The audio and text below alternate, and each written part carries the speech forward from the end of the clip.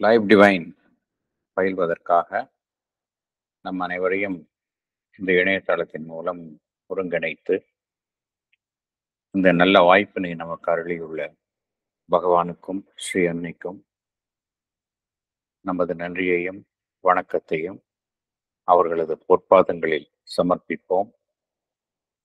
இத்தருணத்தில் நம் மனதில் எழும் ஒவ்வொரு எண்ணத்தையும், இங்கு நாம் பேசும் ஒவ்வொரு வார்த்தையையும் அவர்களுக்கு காணிக்கையாக சமர்ப்பிப்போம். அனைவருக்கும் மாலை வணக்கம். இப்பொழுது நாம் லைவ் டிவைன்ல புக் 2 பார்த்து கொண்டிருக்கின்றோம். அதில் சாப்டர் 9, அதனுடைய தலைப்பு memory, ego and self experience. இந்த சாப்டர்ல பகவான் இந்த மெமரி, ஈகோ இது ரெண்டும் எப்படி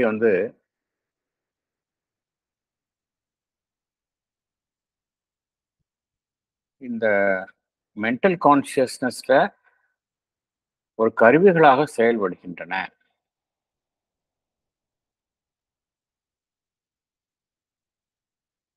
இந்த மெமரி அண்ட் ஈகோ எந்த அளவிற்கு நமக்கு நம்முடைய உண்மையான அந்த ரியல் செல்ஃப் அதனுடன் சம்பந்தப்பட்டிருக்கின்றன, இந்த ரெண்டு விஷயங்களை பகவான் கையாளுகின்றார்.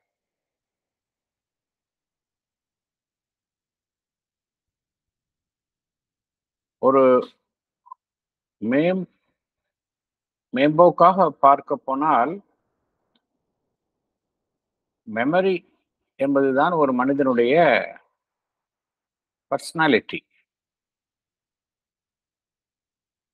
தன்னுடைய அனுபவங்கள் குறித்த ஞாபகம்தான் ஒரு மனிதனுடைய அந்த தனித்துவத்தையும் அவனுடைய அந்த பர்சனாலிட்டியையும்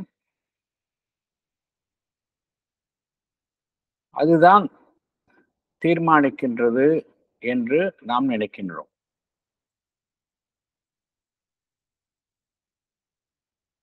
ஆனால் பகவான் என்ன கூறுகின்றார்? மெமரி என்பது அதனுடைய பங்கு ஒரு மனிதனுடைய உண்மையான அந்த ரியல் செல்ஃப் அதை கண்டறிவதற்கு அது வகிக்கும் பங்கு என்பது சிறிதளவே என்றுதான் பகவான் குறிப்பிடுகின்றார்.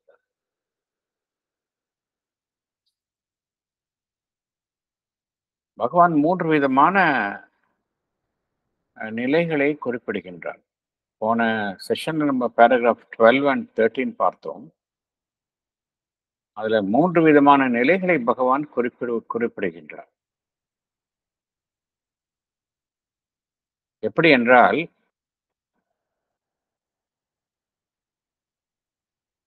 ஒரு மனிதனுடைய அந்த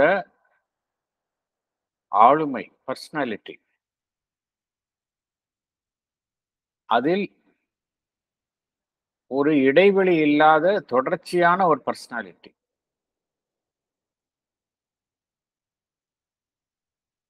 அது ஒரு புறம். மறுபுறம் அந்த பர்சனாலிட்டியில ஒரு இடைவெளியுடன் கூடிய பர்சனாலிட்டி. இந்த இடைவெளியுடன் கூடிய தொடர்பில்லாத வெவ்வேறு பர்சனாலிட்டி ஆளுமையை ஒரு மனிதன் தன்னுள் கொண்டிருக்கும் பொழுது என்ன நடக்கின்றது என்றால், இந்த ஞாபகம், மெமரி என்பதும் அந்தந்த ஆளுமை நிலைகளை பொறுத்தே அமைகின்றன. இதில் பகவான் இந்த டபுள் பர்சனாலிட்டி, ஸ்பிளிட் பர்சனாலிட்டி, அது குறித்து விளக்கும் போது என்ன கூறுகின்றார்? அங்கு என்ன நடைபெறுகின்றது? ஒரு மனிதனுக்குள்ளேயே 2 விதமான ஆளுமைகள், 2 பர்சனாலிட்டிஸ் காணப்படுகின்றன. இது இந்த ஸ்பிளிட் பர்சனாலிட்டி அப்படிங்கிறது உளவியல் ரீதியாக பார்க்கும் பொழுது அது வந்து ஒரு உளவியல் ரீதியான ஒரு பிரச்சனை. It is a psychological disorder. ஒரு மனிதனுக்குள்ளேயே இருக்கக்கூடிய அந்த ஸ்பிளிட் பர்சனாலிட்டி என்பது it is a psychological disorder. அது குறித்து பகவான் என்ன கூறுகின்றார்? அங்கு என்ன காணப்படுகின்றது? There is a double personality. ஒரே மனிதன், அவனுக்குள்ள 2 விதமான ஆளுமைகள் காணப்படுகின்றன. ஒரு பர்சனாலிட்டி, அதில் ஒரு மனிதன் ஒரு விதமாக செயல்படுகின்றான்.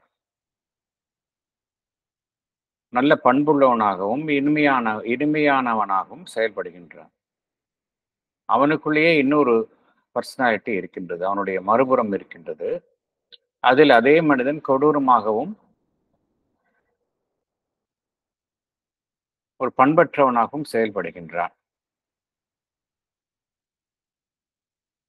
இதில் என்ன நடைபெறுகின்றது என்றால், அவன் அந்த ஒரு பகுதியில் நிகழ்த்தும் செயல்பாடுகள் எல்லாம் அந்த பகுதியில் இருக்கும் அவன் செயல்படும் பொழுது அதில்தான் அது குறித்த ஞாபகம்தான் இருக்கின்றது. அதே மனிதன் தன்னுடைய மற்றொரு பகுதியில் செயல்படும் பொழுது அது குறித்த ஞாபகம்தான் அவனுக்கு இருக்கின்றது. மற்றொரு பகுதியில் அவனுடைய ஆளுமையினுடைய மற்றொரு பகுதியில் எவ்வாறு செயல்பட்டான் என்பது குறித்த ஞாபகம் அவனுக்கு இருப்பதில்லை. ஆகையால் இது நம்ம நம்ம அந்த ஜெக்கில் அண்ட் ஹைட் அந்த உதாரணம் கூட நம்ம பார்த்தோம். இதில் என்ன நடைபெறுகின்றது என்றால், there is a dissociation of personality. அதே சமயம் என்ன நடைபெறுகின்றது? there is a dissociation of memory. இந்த ரெண்டுமே நடைபெறுகின்றது. இதை பார்க்கும் பொழுது என்ன ஒருவருக்கு தோன்றுகின்றது என்றால், இந்த மெமரி என்பதுதான் ஒரு மனிதனுடைய முழு ஆளுமையை தன்னுள் கொண்டதாக இருக்கின்றது, ஆக்கிரமிக்கின்றது என்று நாம் நினைக்கின்றோம். ஆனால் பகவான் என்ன கூறுகின்றார்? இந்த டிசோசியேஷன் ஆஃப் மெமரி, ஞாபகத்தில் ஒரு தொடர்பில்லாமல் இருப்பது. டிசோசியேஷன் ஆஃப் மெமரி வந்து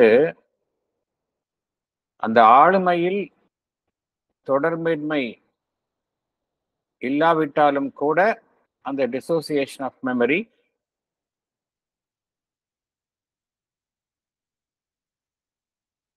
நடைபெறக்கூடும் என்று பகவான் குறிப்பிடுகின்றார். Dissociation of memory occurs without dissociation of personality. இது உதாரணத்துக்கு எப்படி சொல்லலாம் அப்படின்னா, ஒரு மனிதனுக்கு, ஒரே மனிதன், அவனுக்குள்ள அந்த பிளவு என்பது ஏற்கனவே பார்த்த அந்த பிரிவு என்பது இல்லை. அவனுடைய ஆளுமை ஒரே மாதிரி இருக்கின்றது. அந்த மனிதனை அந்த ஆழ்நிலை உறக்கம் என்று சொல்லக்கூடிய அந்த ஹிப்னாசிஸ், ஆழ்நிலை மயக்கம், அதற்கு ஒரு மனிதனை உட்படுத்தும் பொழுது அவனுக்கு என்ன நடைபெறுகின்றது? அவனுடைய ஆழ்நிலையில் இருக்கக்கூடிய பதிவுகள் எல்லாமே அவனுடைய ஆழ்நிலையிலிருந்து வெளிவருகின்றன. அதில் அதில் அவன் அவன் அடைந்திருந்த அனுபவங்கள் எல்லாமே மேலுக்கு வருகின்றன. இந்த மேலுக்கு வரும் அனுபவங்கள் எல்லாம் பார்த்தோம் அப்படின்னா, ஆழ்நிலையில் அவனிடமிருந்து வெளிவரக்கூடிய அனுபவங்கள் எல்லாம் வந்து அவன் சாதாரணமாக விழித்திருக்கும் நிலையில் இருக்கக்கூடிய மனதிற்கு மிகவும் புறம்பான அனுபவங்களாக இருக்கின்றன. அவனுடைய சாதாரண நிலையில் இந்த அனுபவங்களை அவன் கேட்கும் பொழுது, நான் அவ்வாறெல்லாம் செய்தேனா என்று அவன் கேட்கக்கூடும். அவ்வாறு இங்க என்ன நடைபெறுகின்றது? There is no dissociation of personality, but there is dissociation of memory. இது ஒரு நிலை. இது இரண்டாவது நிலை. அதனால என்ன பகவான் என்ன கூறுகின்றார்? அந்த ஞாபகத்தில் தொடர்பின்மை என்பது ஒரு மனிதனுடைய ஆளுமையில் எந்த விதமான பிரிவும் இல்லாத பொழுதும் நடைபெறும் என்று பகவான் குறிப்பிடுகின்றார். பகவான் இன்னொரு நிலையையும் குறிப்பிடுகின்றார். சில மனிதர்கள் தங்களுடைய கடந்த கால அனுபவங்களை மறந்து விடுவார்கள். அது டிமென்ஷியா என்று கூறுகின்றோம். இதில் என்ன நடைபெறுகின்றது என்றால், அவர்களுடைய கடந்த கால அனுபவங்கள் மறைந்து விடுகின்றன. ஆனால் அவருக்கு தற்கால அனுபவங்கள் தான் ஞாபகம் இருக்கின்றன. இங்கேயும் பார்த்தோம் அப்படின்னா there is no split in the personality. அவருடைய ஈகோ, சென்ஸ், பர்சனாலிட்டி எல்லாம் ஒரே மாதிரியாக இருக்கின்றது. ஆனால் அவருக்கு கடந்த காலம் குறித்த ஞாபகம் மாத்திரம் இருப்பதில்லை. இது 3வது நிலை. 4வது நிலையை பகவான் என்ன குறிப்பிடுகின்றார்? ஒரு மனிதனுடைய உணர்வு நிலையில் முற்றிலுமாக ஒரு மாறுதல் ஏற்படக்கூடும். ஒரு வெகு துரிதமாக அவனுள் ஏற்படும் மாற்றத்தின் காரணமாக அவனுடைய உணர்வு நிலையில் முக்கியமான ஒரு மாற்றம் ஏற்படும். அவன் ஒரு புதிய பிறப்பிற்குள் நுழைந்தவனாக காணப்படுவான். ஒரு புதிய ஆளுமையில் இருப்பவனாக காணப்படுவான். இதில் அவனுடைய மனம் என்ன செய்கின்றது? அவனுடைய கடந்த கால அனுபவத்தை நிகழ்காலத்தில் அவன் இருக்கக்கூடிய நிலையையும் ஒருங்கிணைக்கின்றது. அந்த ஒருங்கிணைக்கும் மனதின் செயல் இல்லை என்றால் அவன் முற்றிலும் புதிய மனிதனாகத்தான் இருக்கின்றான். இது யாருக்கு பொருந்தும் என்றால், இந்த ஆன்மீகத்தில் நிறைய மகான்கள் முற்றிலும் ஒரு மாறுபட்ட உணர்வு நிலையை அடைகின்றார்கள். அவருடைய கடந்த கால வாழ்க்கைக்கும் நிகழ்கால வாழ்க்கைக்கும் முற்றிலும் சம்பந்தம் இல்லாமல் இருக்கின்றது. இருந்தாலும் அவருடைய மனம் என்ன செய்கின்றது? கடந்த கால அனுபவத்தை அவர்களுக்கு கொண்டு வந்து தந்தாலும் கூட அவர்களுடைய அந்த நிலை, தற்காலத்திய நிலை என்பது ஒரு புதிய பிறப்பை ஒட்டியதாக அமைகின்றது. ஆகையினால் இங்க என்ன நடைபெறுகின்றது? முற்றிலும் மாறுபட்ட ஒரு பர்சனாலிட்டியாக காணப்படுகின்றார் அவர். இருந்தாலும் கடந்த காலம் குறித்த அந்த ஞாபகம் என்பது மனம் என்பதுதான் நிறைவுபடுத்துகின்றதை ஒழிய அதனுடைய தாக்கமோ செல்வாக்கோ முற்றிலும் சற்றும் ஒருவருக்கு அந்த நிலையில் இருப்பது இல்லை. ஏனென்றால் அவருக்கு தெரியும், இந்த அனுபவங்கள் எல்லாம் இதே உடலில் தான், இதே தன்னுடைய மனம் சார்ந்த மனதை ஒட்டிய அந்த ஒரு அமைப்பில் தான் நடந்தன என்பது நன்றாக தெரியும். இருந்தாலும் அவருக்கு என்ன தெரியும்? தாம் ஒரு புதிய உணர்வு நிலையில் பிறந்துள்ளோம், மாற்றப்பட்டிருக்கின்றோம் என்கின்ற அந்த உணர்வு நிலை அவருக்கு இருக்கும். இது அடுத்த நிலை. அதனால இதையெல்லாம் குறிப்பிட்டு பகவான் என்ன கூறுகின்றார்? இது எது அடிப்படையாக செயல்படுகின்றது என்றால், இந்த நிலைகளில் நம்மளுடைய மனம் அதை ஒட்டிய அந்த அறிவு, மைண்ட் சென்ஸ், அதுதான் அடிப்படையாக செயல்படுகின்றது. மெமரி என்பது, ஞாபகம் என்பது ஒரு நூலிழை போல நம்முடைய அனுபவங்களை ஒன்று சேர கோர்த்து நம்முடைய மனதிற்கு அது வழங்குகின்றது. அதனுடைய வேலை அதுதான். ஆனால் உண்மையிலேயே எது அனைத்தையும் ஒன்று சேர இணைக்கின்றது என்றால், ஒருங்கிணைக்கின்றது என்றால், அந்த மனதினுடைய அந்த ஒன்று சேர்க்கும் அந்த ஒரு திறன், கோஆர்டினேட்டிங் ஃபேக்கல்டி ஆஃப் மைண்ட் என்று பகவான் குறிப்பிடுகின்றார். அதுதான் என்ன செய்கின்றது? அந்த ஞாபகம் என்கின்ற ஒரு கருவி, ஒரு சாதனம் வழங்கக்கூடிய அனுபவங்களை ஒன்று சேர கோர்த்து மனதிற்கு விளங்கும்படி வழங்குகின்றது. அது மாத்திரமல்ல, எல்லா அனுபவங்களையும் அது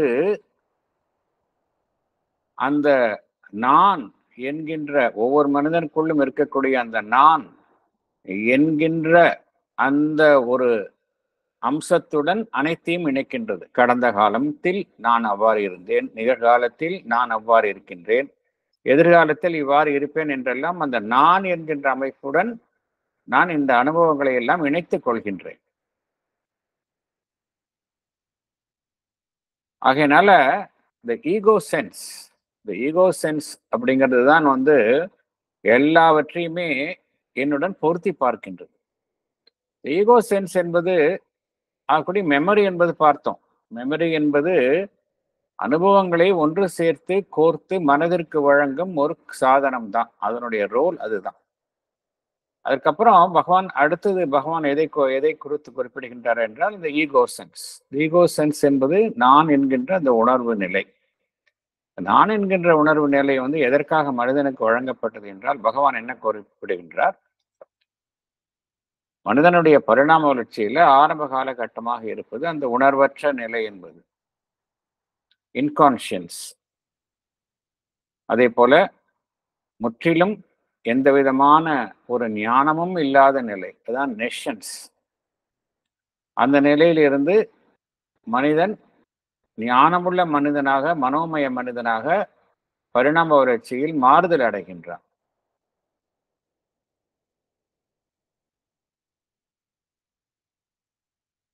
இந்த மாறுதலைக்கு உதவும் ஒரு கருவியாக வழங்குவதுதான் இந்த ஈகோ சென்ஸ் என்பது. ஈகோ சென்ஸ் என்பது இந்த மாறுதலுக்கு, இந்த பரிணாம வளர்ச்சிக்கு உதவும் ஒரு கருவியாக, முதல் அடிப்படையாக விளங்குவதுதான் தன்னை குறித்த ஒரு ஞானத்தை ஒரு மனிதனுக்கு வழங்கும் ஒரு முதல் அடிப்படை கருவி சாதனமாக செயல்படுவதுதான் இந்த ஈகோ சென்ஸ் என்பது, நான் என்கின்ற அந்த உணர்வு நிலை. மனம் என்ன செய்கின்றது? நான் என்கின்ற அந்த அம்சத்தை, ஏன்னா எல்லாருக்கும் வந்து இந்த நான் அப்படிங்கறத சொல்றோம். நான் என்பது நாம் சொல்லும் பொழுது எது குறித்து நாம் நான் என்று சொன்னால் எது குறித்து நான் கூறுகின்றேன்? உண்மையிலேயே என்னுடைய ரியல் நான் என்றால் உண்மையிலேயே என்னுடைய ரியல் செல்ஃப், ஆத்மன், அதுதான் ரியல் ஐ. பட் நம்ம வந்து யாரும் வந்து அந்த ரியல் ஆத்மனை குறித்து குறிப்பிடுவது இல்லை. நான் அவ்வாறு இருந்தேன், நான் இப்பொழுது வேறொரு மாதிரி இருக்கின்றேன் என்று நான் கூறும் பொழுது இந்த நான் என்று கூறுவது நம்மளுடைய ஈகோ சென்ஸ் தான் நம்ம கூறுகின்றோம். ஈகோ சென்ஸ் என்றால் மற்ற மனிதர்களிலிருந்து வேறுபட்டு தனித்துவமாக இருக்கக்கூடிய தனிப்பட்ட ஆள் என்னும் நான், அதைதான் நம்ம சொல்றோம், இந்த ஐ. இந்த ஐ அப்படிங்கிறத நம்ம எப்படி பகவான் என்ன கூறுகின்றார்? நம்மளுடைய மனம் என்ன செய்கின்றது? இந்த ஐ, நான் என்பதை இருவிதமான இயக்கங்களுடன் அது இணைத்துக் கொள்கின்றது அப்படிங்கிறார் பகவான். ஒன்று நம்மளுடைய சூப்பர்ஃபிஷியல் செல்ஃப், மேற்புறத்தில் நடைபெறக்கூடிய விஷயங்களுடன் எல்லாத்திலையும் அந்த ஐ என்பதை மனம் இணைத்துக் கொள்கின்றது. அதே சமயம் மனம் என்ன செய்கின்றது? இந்த நான் என்பது இதற்கு பின்னாலும் இதற்கு கடந்த ஒரு அம்சமாகவும் இருக்கின்றது என்பதையும் உணர்ந்த வண்ணம் இருக்கின்றது. இந்த வெளியில் நடைபெறும் இயக்கங்களில் ஈடுபடாத வண்ணமும் அந்த ஐ என்கின்ற ஒரு அமைப்பு இருக்கின்றது என்பதை மனம் அறிந்த வண்ணம் இருக்கின்றது.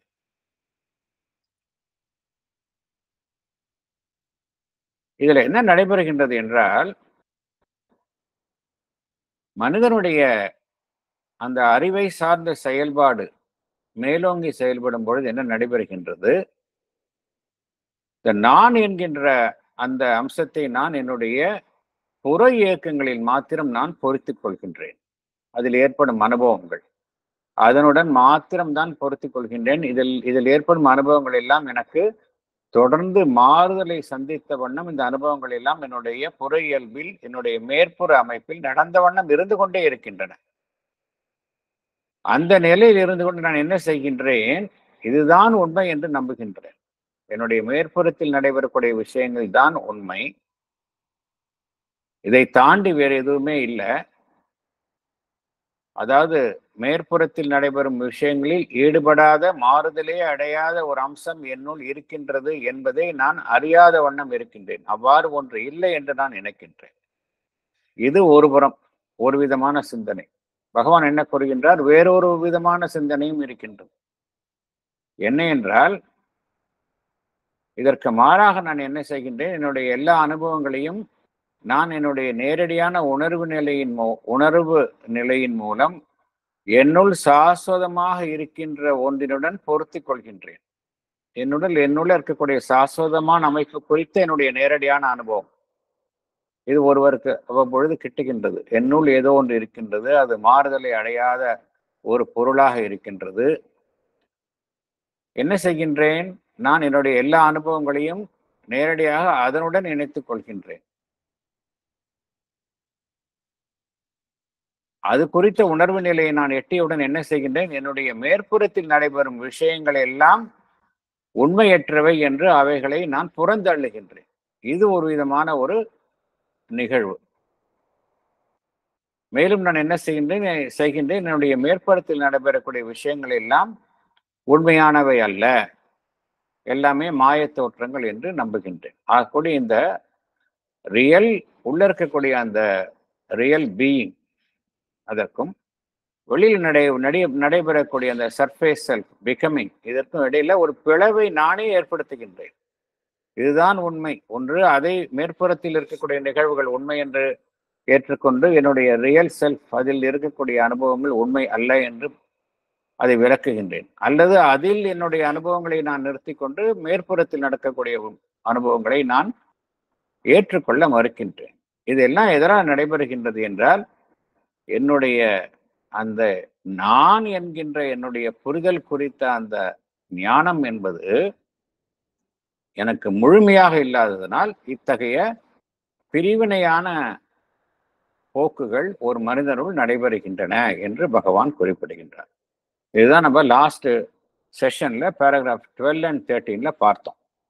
இப்ப பேராகிராஃப் 14க்கு உள்ள போகலாம். Life Divine, Book 2, Chapter 9, Memory, Ego and Self-Experience. Paragraph 14. But it is evident that a self-knowledge based on the separative ego sense is imperfect, and that no knowledge founded upon it alone or primarily or on a reaction against it can be secure or assured of completeness. First, it is a knowledge of our superficial mental activity and its experiences, and with regard to all the large rest of our becoming that is behind, it is an ignorance. Thank you. Explanation. Can I read, sir? Yeah, please. Explanation. We have seen in the earlier paragraph that in the evolution of forms, the ego sense is only a preparatory device. It is a first basis for the development of real self-knowledge in the mental being. The mind partly relates its superficially conscious becoming, that is superficial self, to an I, which it always is, and partly it thinks of it as something other than the becoming. But this self-knowledge is based on the separative ego sense and therefore is imperfect. Such knowledge cannot be complete because first it is based on superficial mental activity and its experiences. Yet, there is a vast subconscious and subliminal part behind our surface self. As regards this other part, it is an ignorance. Thank you, sir. Thank you.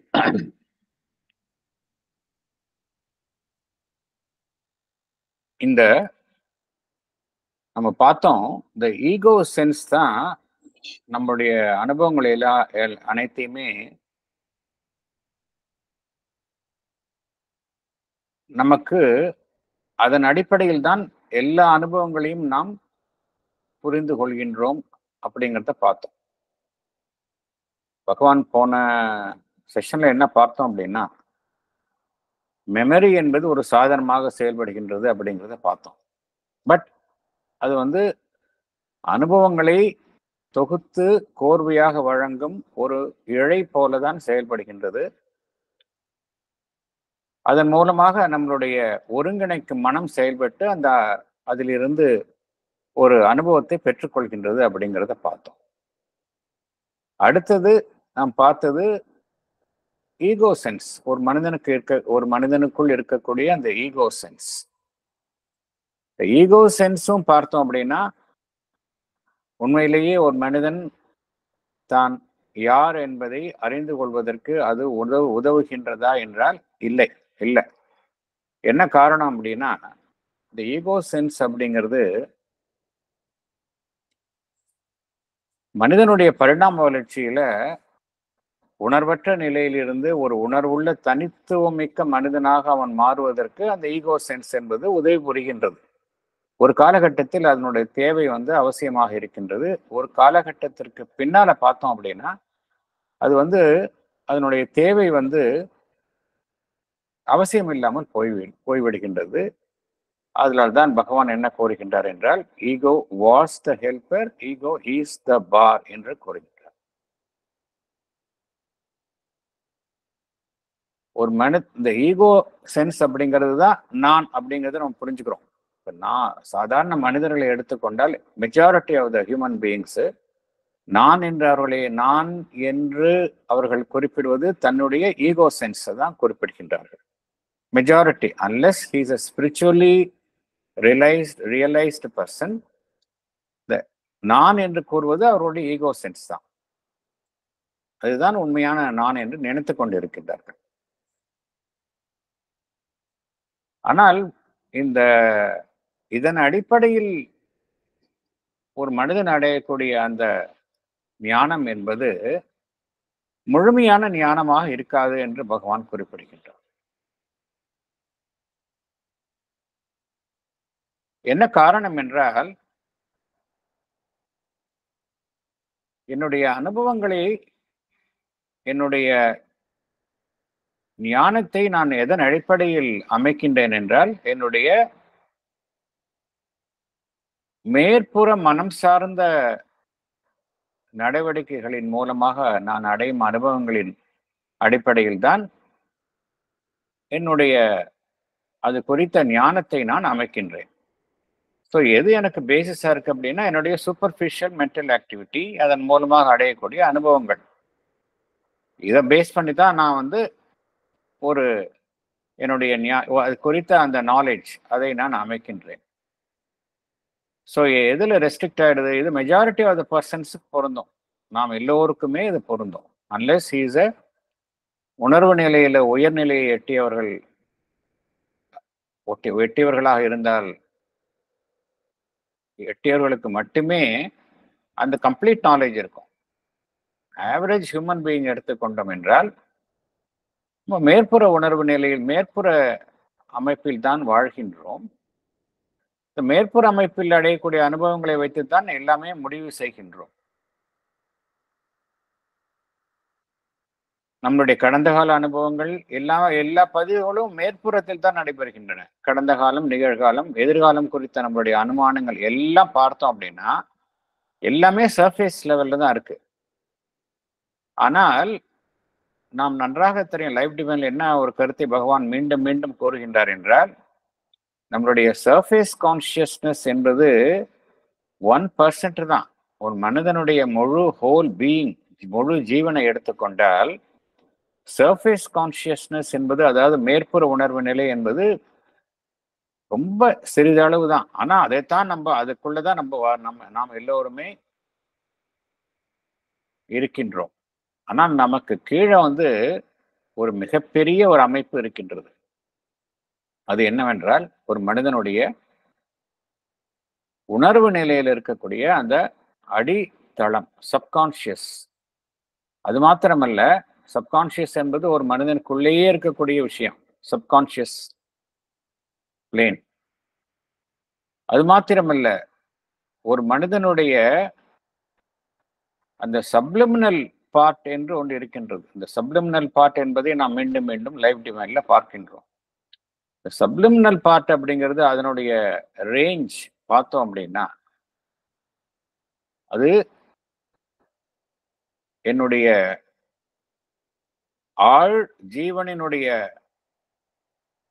எல்லா விஸ்தீரணங்களையும் அது தன்னுள் கொண்டதாக இருக்கின்றது. அது மாத்திரமல்ல, என்னோட மேல இருக்கக்கூடிய அந்த சூப்பர் கான்ஷியன்ட் அந்த எல்லையையும் அது எட்டியதாக இருக்கின்றது. அது மாத்திரமல்ல, அது பிரபஞ்ச ரீதியான மற்ற ஆழ்நிலை அமைப்புகளுடன் ஒரு சம்பந்தப்பட்ட விஷயமாக இருக்கின்றது. ஸோ என்னுடைய சப்லிமினல் பார்ட் அப்படிங்கிறது என்னோடது மாத்திரம் இல்லை, எனக்கு கீழே இருக்கின்றது. எனக்கு மேல சூப்பர் கான்ஷியன்ட் லெவல்லையும் அதனுடைய ரேஞ்ச் இருக்கு. அது மாத்திரம் இல்லை, காஸ்மிக் லெவல்ல இருக்கக்கூடிய எல்லாருடைய சப்லிமினல் பார்ட்ஸோடையும் என்னுடைய சப்லிமினல் பார்ட் லிங்க் ஆயிருக்கு. அப்படின்னா ஒரு மனிதனுடைய மேற்புற உணர்வு நிலை என்பது எவ்வளவு சிறிய அளவு அப்படிங்கிறது உணர்கின்றோம். எனக்குள்ளேயே ஒரு பெரிய ஒரு சப்கான்ஷியஸ் இருக்கு, அது குறித்த ஞானம் எனக்கு இருப்பதில்லை, அது குறித்த அவேர்னஸ் எனக்கு இருப்பதில்லை. அது மாதிரி எனக்கு பின்னாலேயே என்னுடைய மேற்புற உணர்வுக்கு பின்னால வந்து சப்லிமினல் பார்ட் இருக்கு, ஒரு பெரிய சமுத்திரம் போன்ற ஒரு சப்லிமினல் பார்ட் இருக்கு. அது குறித்த அந்த ஞானம் எனக்கு இருப்பதில்லை. ஆனா என்னுடைய ஈகோ சென்ஸ் எதனுடன் தன்னை சம்பந்தப்படுத்த அனுபவங்களை எதிர்கொள்கின்றது? வெறும் என்னுடைய மேற்புற உணர்வு நிலை. அது குறித்த அனுபவங்களை மாத்திரம் வைத்துக்கொண்டு அதன் அடிப்படையில் தான் தன்னுடைய அறிவை அது உருவாக்குகின்றது. இந்த சப்கான்ஷியஸ் பார்ட் குறித்தும் என்னுடைய சப்லிமினல் பார்ட், ஆழ்நிலை ஜீவன் சொல்றோம் நம்ம. சப்கான்ஷியஸ் பார்ட் என்பது அடி உணர்வு நிலை, மனதினுடைய அடிமன உணர்வு நிலை என்று கூறுகின்றோம். இது குறித்த பாகங்கள் குறித்து என்னுடைய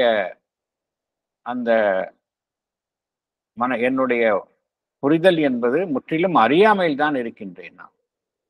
ஆகையினால் தான் பகவான் என்ன கூறுகின்றார், அந்த ஈகோ சென்ஸ் என்பது நமக்கு முழுமையான ஒரு ஞானத்தை, ரியல் செல்ஃப் நாலேஜ் என்பதை நமக்கு பெற்று தராது என்று பகவான் குறிப்பிடுகின்றார். நம்முடைய ஈகோ சென்ஸ் என்பது வெறும் நம்முடைய புற விஷயங்களில் இருக்கக்கூடிய அனுபவங்களை சார்ந்த ஞானத்தை தான் தருமை ஒழிய, நமக்கு பின்னால் இருக்கக்கூடிய அந்த 90% ஒரு மிகப்பெரிய சமுத்திரம் போல் இருக்கக்கூடிய அந்த வாஸ்ட் மிகப்பெரிய பிரதேசம், அது குறித்த அந்த ஞானத்தை அது நமக்கு தருவதில்லை என்று பகவான் குறிப்பிடுகின்றார். அதனால ஈகோ சென்ஸ் என்பது ஓரளவுக்கு தேவைதான், ஆனால் அது வந்து நமக்கு வந்து ரியல் செல்ஃப் நாலேஜை தராது அப்படிங்கிறார்.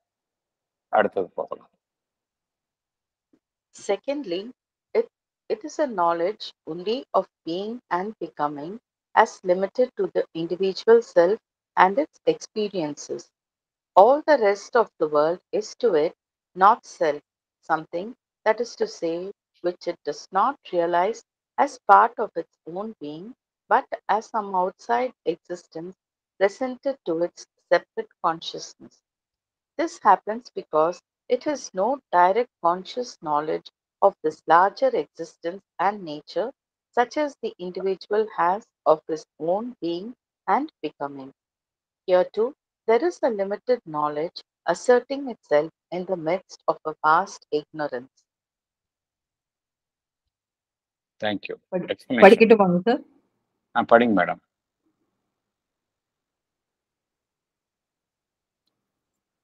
Secondly, this knowledge of being and becoming is only limited to the individual self and its experiences. But there is a vast cosmic knowledge that exceeds the individual self. Anything other than the individual self, it considers outside its existence, presented to its separate consciousness. It considers them not as part of its own being. This is because it has no direct knowledge of this vast cosmic existence and nature. Here, there is limited knowledge founded on the basis of a vast ignorance. Thank you, sir. Thank you, madam. Thank you. முதல்ல நம்மளுடைய ego sense வந்து லிமிட்டட்னு பார்த்தோம் அப்படின்னா, நம்மளுடைய வெறும் surface consciousness தான் அது இருக்குது. நம்மளுடைய சப்கான்ஷியஸ் குறித்த ஞானமோ, நம்மளுடைய சப்லிமினல் பார்ட் அது குறித்த ஞானமோ அதற்கு இருப்பதில்லை. இது ஒரு ப்ராப்ளம். செகண்ட் ப்ராப்ளம் என்ன அப்படின்னா,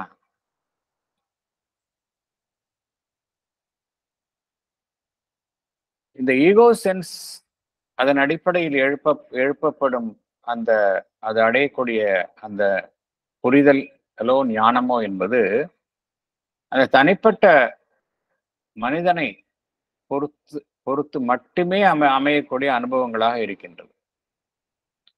அவனுடைய மேற்புற அமைப்பு, அவனுடைய உள்ள இருக்கக்கூடிய அந்த ரியல், அந்த இட்டர்னல் செல்ஃப், அது குறித்த அனுபவங்களை குறித்தே அமைவதாக இருக்கின்றது. எல்லாமே limited to that individual only. ஆனால் ஒரு மனிதனுடைய அறிவு என்பது இந்த பிரபஞ்ச அறிவுடன் ஒப்பிடும் பொழுது ஒரு மிக சிறிய அளவில் தான் ஒரு மனிதனுடைய தனிப்பட்ட அறிவு என்பது இருக்கின்றது. இந்த பிரபஞ்ச அறிவு, காஸ்மிக் நாலேஜ் அப்படிங்கிறத பார்த்தோம் அப்படின்னா, அது இண்டிவிஜுவல் செல்ஃப், தனிப்பட்ட அமைப்பு என்பதை விட பெரியதாக இருக்கின்றது.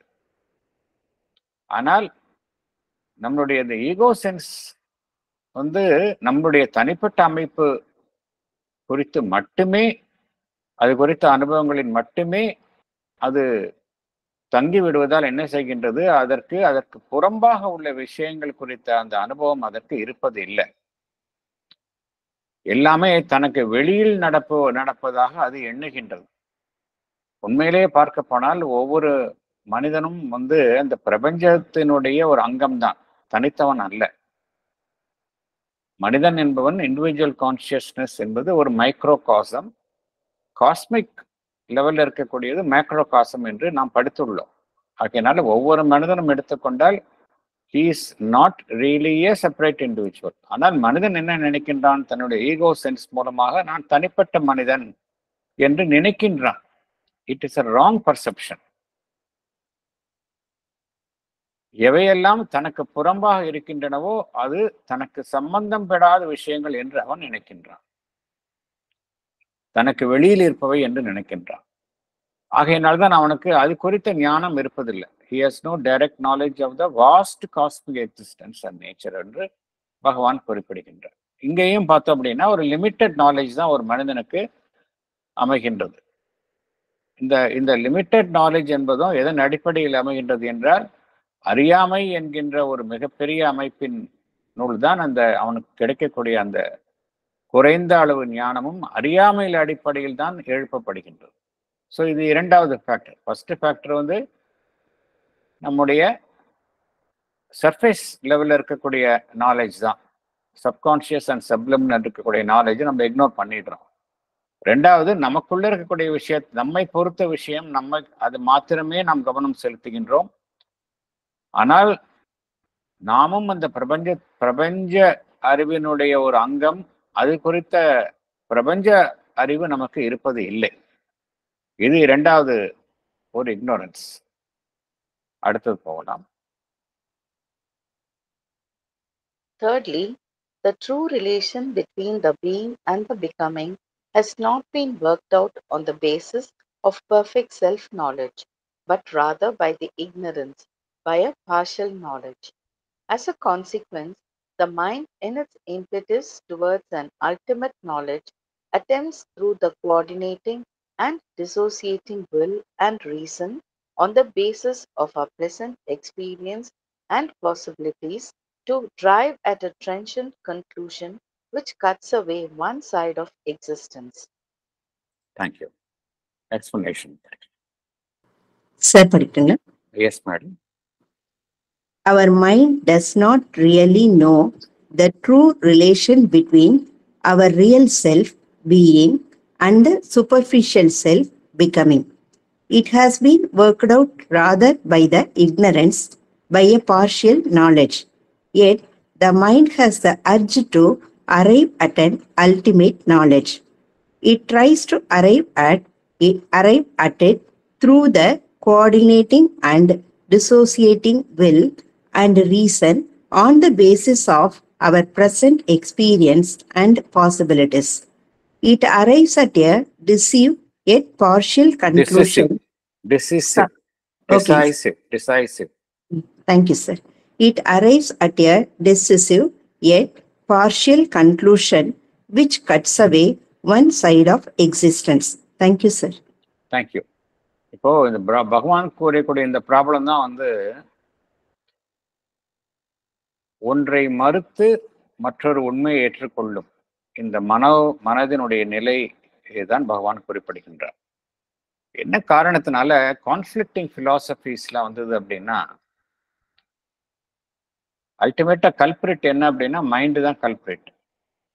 ஆஸ் லாங் அஸ் நம்ம மைண்ட்ல இருக்கிற வரைக்கும் நமக்கு வந்து அந்த பூரணமான ஞானம் என்பது இருக்காது. ஹோலிஸ்டிக் பர்செப்ஷன் ஆஃப் நாலேஜ் என்பது as long as we function in our mental consciousness, நம்மால் அடையவே முடியாது.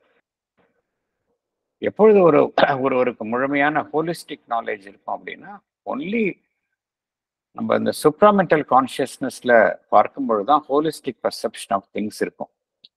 ஆனால் இதுவரைக்கும் வந்த தத்துவ ரீதியான கோட்பாடுகள், அமைப்புகள் எல்லாம் பார்த்தோம் அப்படின்னா, பிலோசாபிக்கல் ஸ்கூல்ஸ் எல்லாமே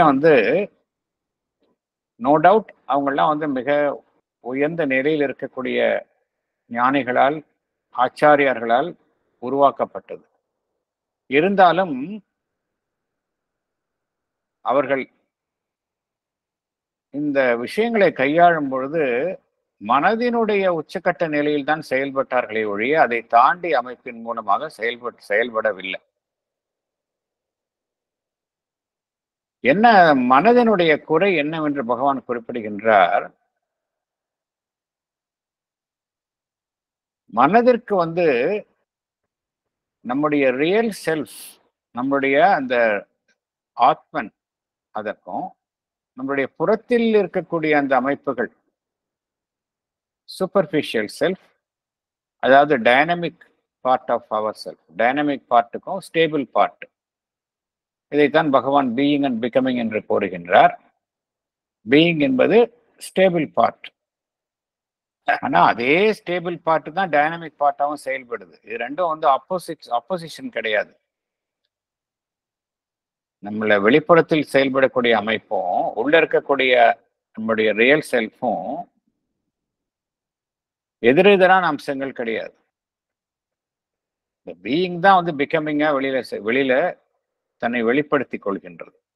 ஆனால் மனம் இந்த உண்மையை அறிந்து கொள்வதில்லை. மனம் என்ன செய்கின்றது? ஏதோ ஒன்றில் தன்னை நிறுத்தி கொண்டு அந்த உண்மையை மாத்திரம், ஒரு பகுதியை மாத்திரம் ஏற்றுக்கொள்கின்றது, மற்றொரு பகுதியை மறுக்கின்றது.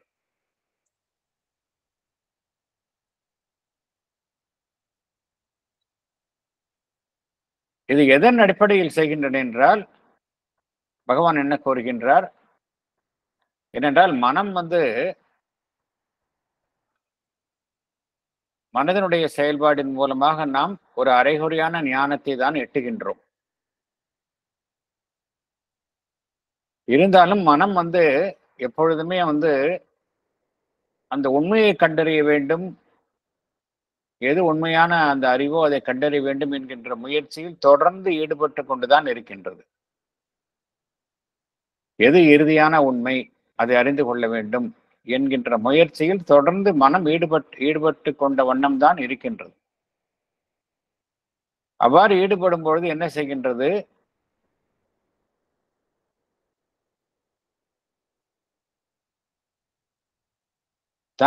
தான் உபயோகிக்கும் சாதனங்களான தன்னுடைய சங்கல்பம், வில், தன்னுடைய அறிவு, ரீசன், இந்த ரெண்டு தான் மனம் தன்னுடைய சாதனங்களாக, கருவிகளாக உபயோகிக்கின்றது. இந்த கருவிகள் எல்லாம் மிகவும்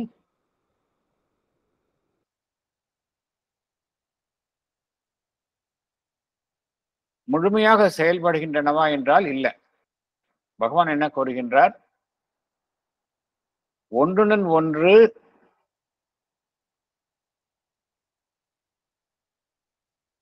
பிரிந்த வண்ணம் செயல்படுகின்றன. ஒரு இணைந்து செயல்படும் கருவிகளாக இவைகள் இல்லை. பகவான் என்ன கூறுகின்றார்? Mind in it's impetus towards an ultimate knowledge attempts through the coordinating and dissociating will அப்படிங்கிறார். கோஆர்டினேட்டிங் ஒரு பக்கம் கோஆர்டினேட் பண்ணுது, மறுபக்கம் என்ன செய்கின்றது? பிரிக்கின்றது.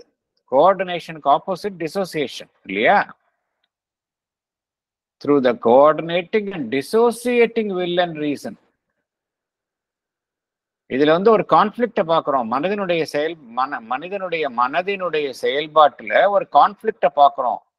மனிதனுடைய மனம் ஒரு பக்கம் ஒருங்கிணைக்கின்றது, மறுபக்கம் அதை பிரிக்கின்றது.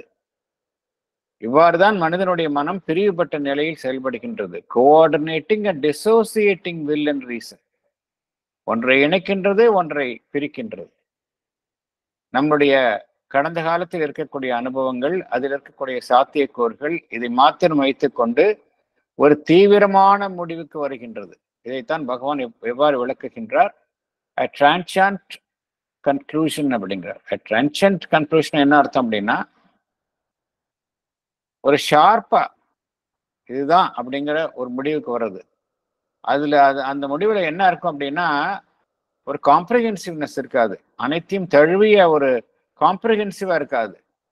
ஒரு பக்கத்தை, ஒரு உண்மையினுடைய ஒரு பக்கத்தை மாத்திரமே எடுத்துக்கொண்டு அதுதான் உண்மை என்று தீவிரமாக கூறுவது, அதுதான் ட்ரான்சியன்ட் கன்க்ளூஷன் என்று பகவான் குறிப்பிடுகின்றார்.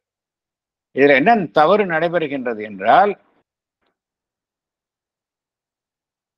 அந்த அமைப்பினுடைய முழுமையை நாம் ஏற்றுக்கொள்வதில்லை, ஒரு பகுதியைத்தான் நாம் ஏற்றுக்கொள்கின்றோம், மற்றொரு பகுதியை விட்டு விடுகின்றோம். ஒன்று என்ன கூறுகின்றோம், இந்த உலகத்தில் நடக்கக்கூடிய அனுபவங்கள், மேற்புறத்தில் அடையக்கூடிய அனுபவங்கள் அது மாத்திரம்தான் உண்மை, இதை தாண்டி விஷயம் இல்லை என்று வெறுத்து ஒதுக்குகின்றோம். அல்லது இந்த உலக நிகழ்வுகளில் சம்பந்தப்படாத, மாற்றமே அடையாத இருக்கின்ற ஒரு அமைப்பு இருக்கின்றது, அது மாத்திரமே உண்மை. உலக நிகழ்வுகள், மேற்புறத்தில் நிகழக்கூடிய நிகழ்வுகள் எல்லாம் நம்முடைய உணர்வு நிலையில் ஏற்படுத்தப்பட்டுள்ள ஒரு மாய தோற்றம் என்று அதை புறந்தொழுகின்றோம். ஆகையினால் இங்க ஏதோ ஒன்றை விலக்கி மற்றொன்றை ஏற்றுக்கொள்கின்றோம்.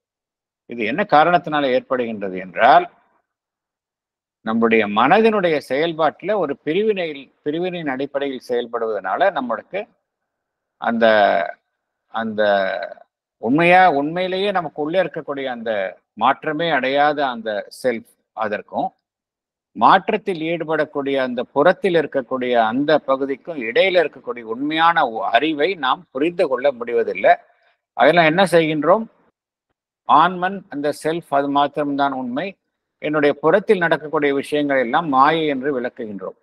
அல்லது புறத்தில் நடக்கக்கூடிய விஷயங்கள் தான் உண்மை, உள்ள எனக்கு அதை தாண்டி வேற எந்த விதமான விஷயமும் இல்லை என்று என்னுடைய ரியல் செல்ஃப் அதை விளக்குகின்றோம். இதனால் நடைபெறுகின்றது என்றால் நம்முடைய மனதினுடைய குறைபட்ட செயல்பாட்டினால் தான் நடைபெறுகின்றது. அடுத்தது போகலாம்.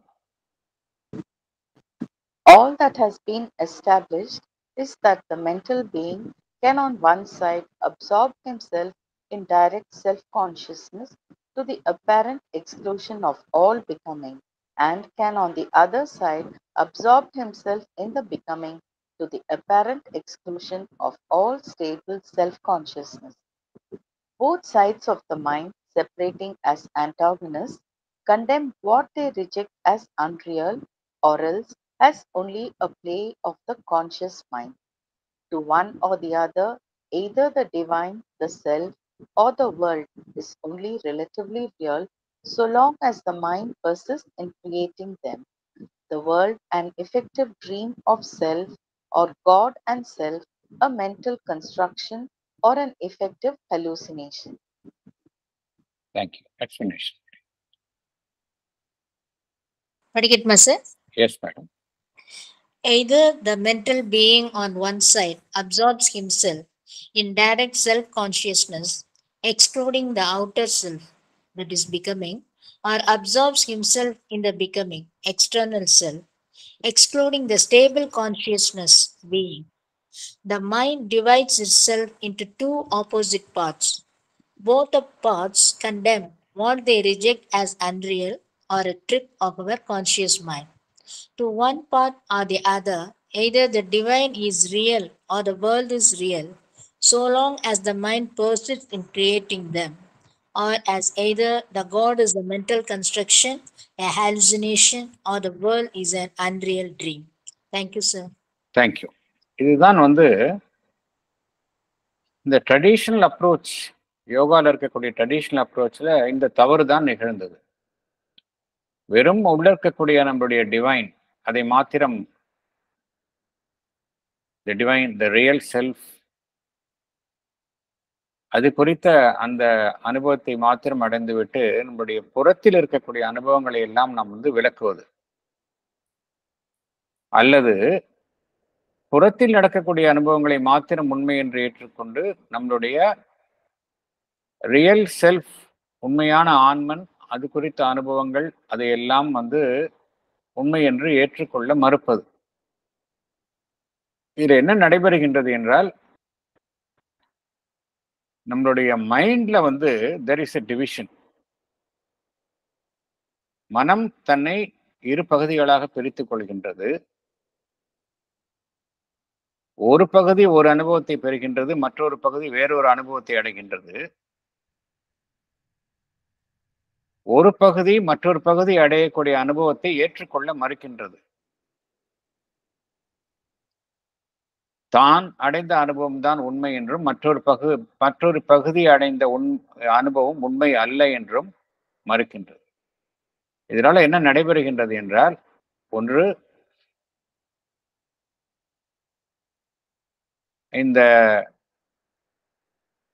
டிவைனுக்கும் இந்த மேனிஃபெஸ்டட் வேர்ல்டு இதற்கும் இடையில வந்து ஒரு பிரிவு உண்டாகின்றது. டிவைனுக்கும் இந்த மேனிஃபெஸ்டட் வேர்ல்டுக்கும் இடையில வந்து நம்மால வந்து அதுக்குள்ள ரியல் தொடர்பை நம்மால கண்டறிய முடிவதில்லை. ஒன்று அந்த டிவைன் அது மாத்திரம்தான் ரியல் என்று நம்புகின்றோம். த வேர்ல்டு என்பது பொய்யான தோற்றம், உண்மை அல்ல என்று கூறுகின்றோம். அல்லது இந்த வேர்ல்டு, இந்த புறத்தில் நடக்கக்கூடிய விஷயங்கள் தான் உண்மை, இந்த டிவைன் என்பது நம்முடைய கற்பனை என்று வெறுத்து ஒதுக்குகின்றோம். இது என்ன காரணத்தினால நடைபெறுகின்றது என்றால், மனதினுடைய ஒரு பிரிவுபட்ட செயல்பாட்டினால் தான் நடைபெறுகின்றது.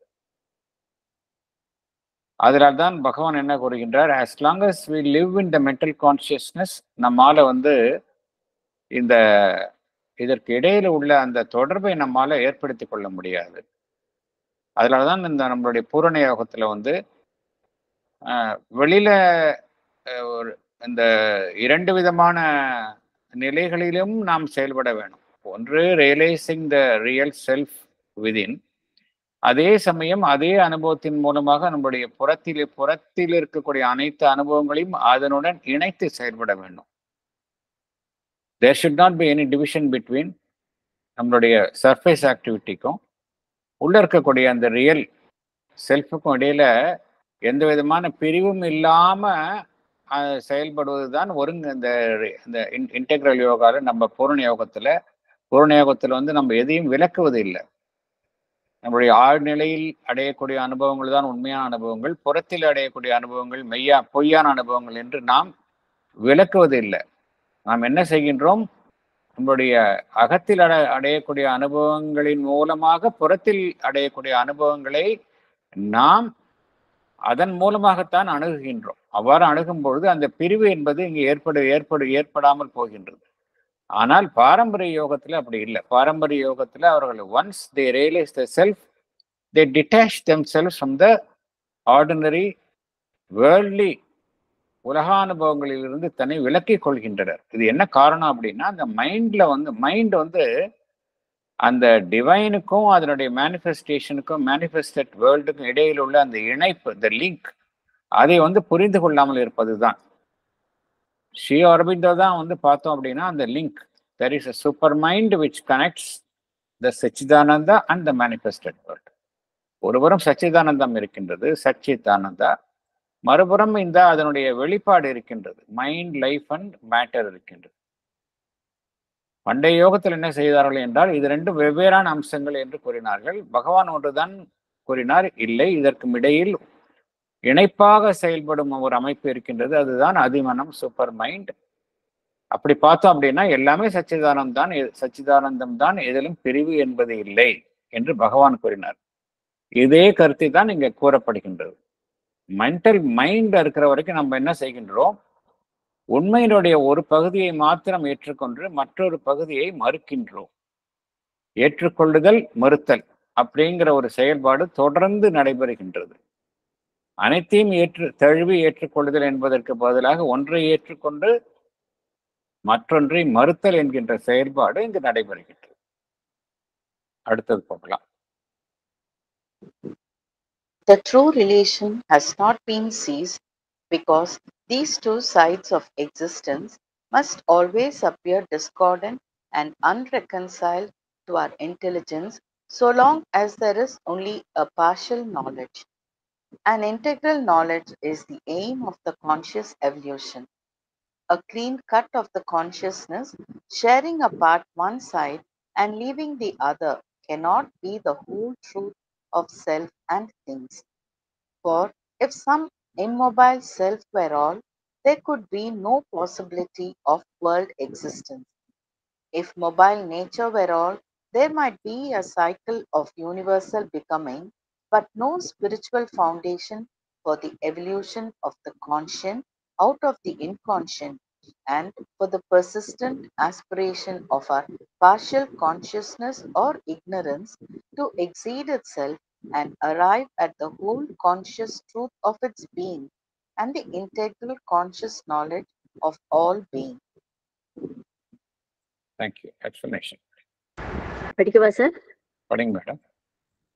The true relation between the stable self that is being and the dynamic world that is becoming has not been understood, because these two sides of existence must appear as discordant and unreconciled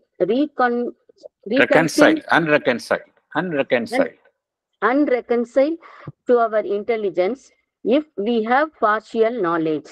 An integral knowledge is the aim of the conscious evolution. A consciousness that includes the one while excluding the other cannot be the whole truth of self and things. If the immobile self is only true, then there can be no world existence.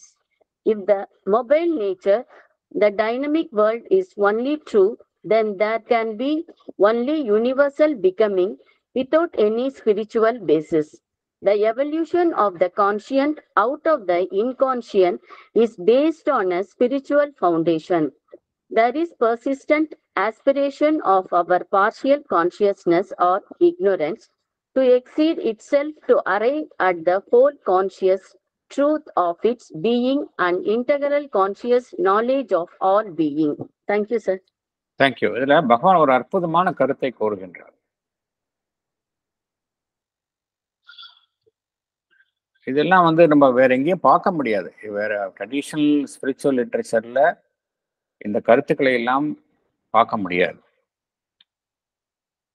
பகவான் என்ன கூறுகின்றார்? இந்த உலகம் என்பது ஒரு mechanical accident கிடையாது, ஒரு இயந்திரகதியாக நிகழ்ந்த ஒரு விபத்து கிடையாது. It is a wild manifestation of the divine. Divine தானே சங்கல்பித்து ஏற்படுத்தி கொண்ட தன்னுடைய வெளிப்பாடு தான் இந்த உலகம், இந்த பிரபஞ்சம் என்பது. இது அடிப்படை உண்மை.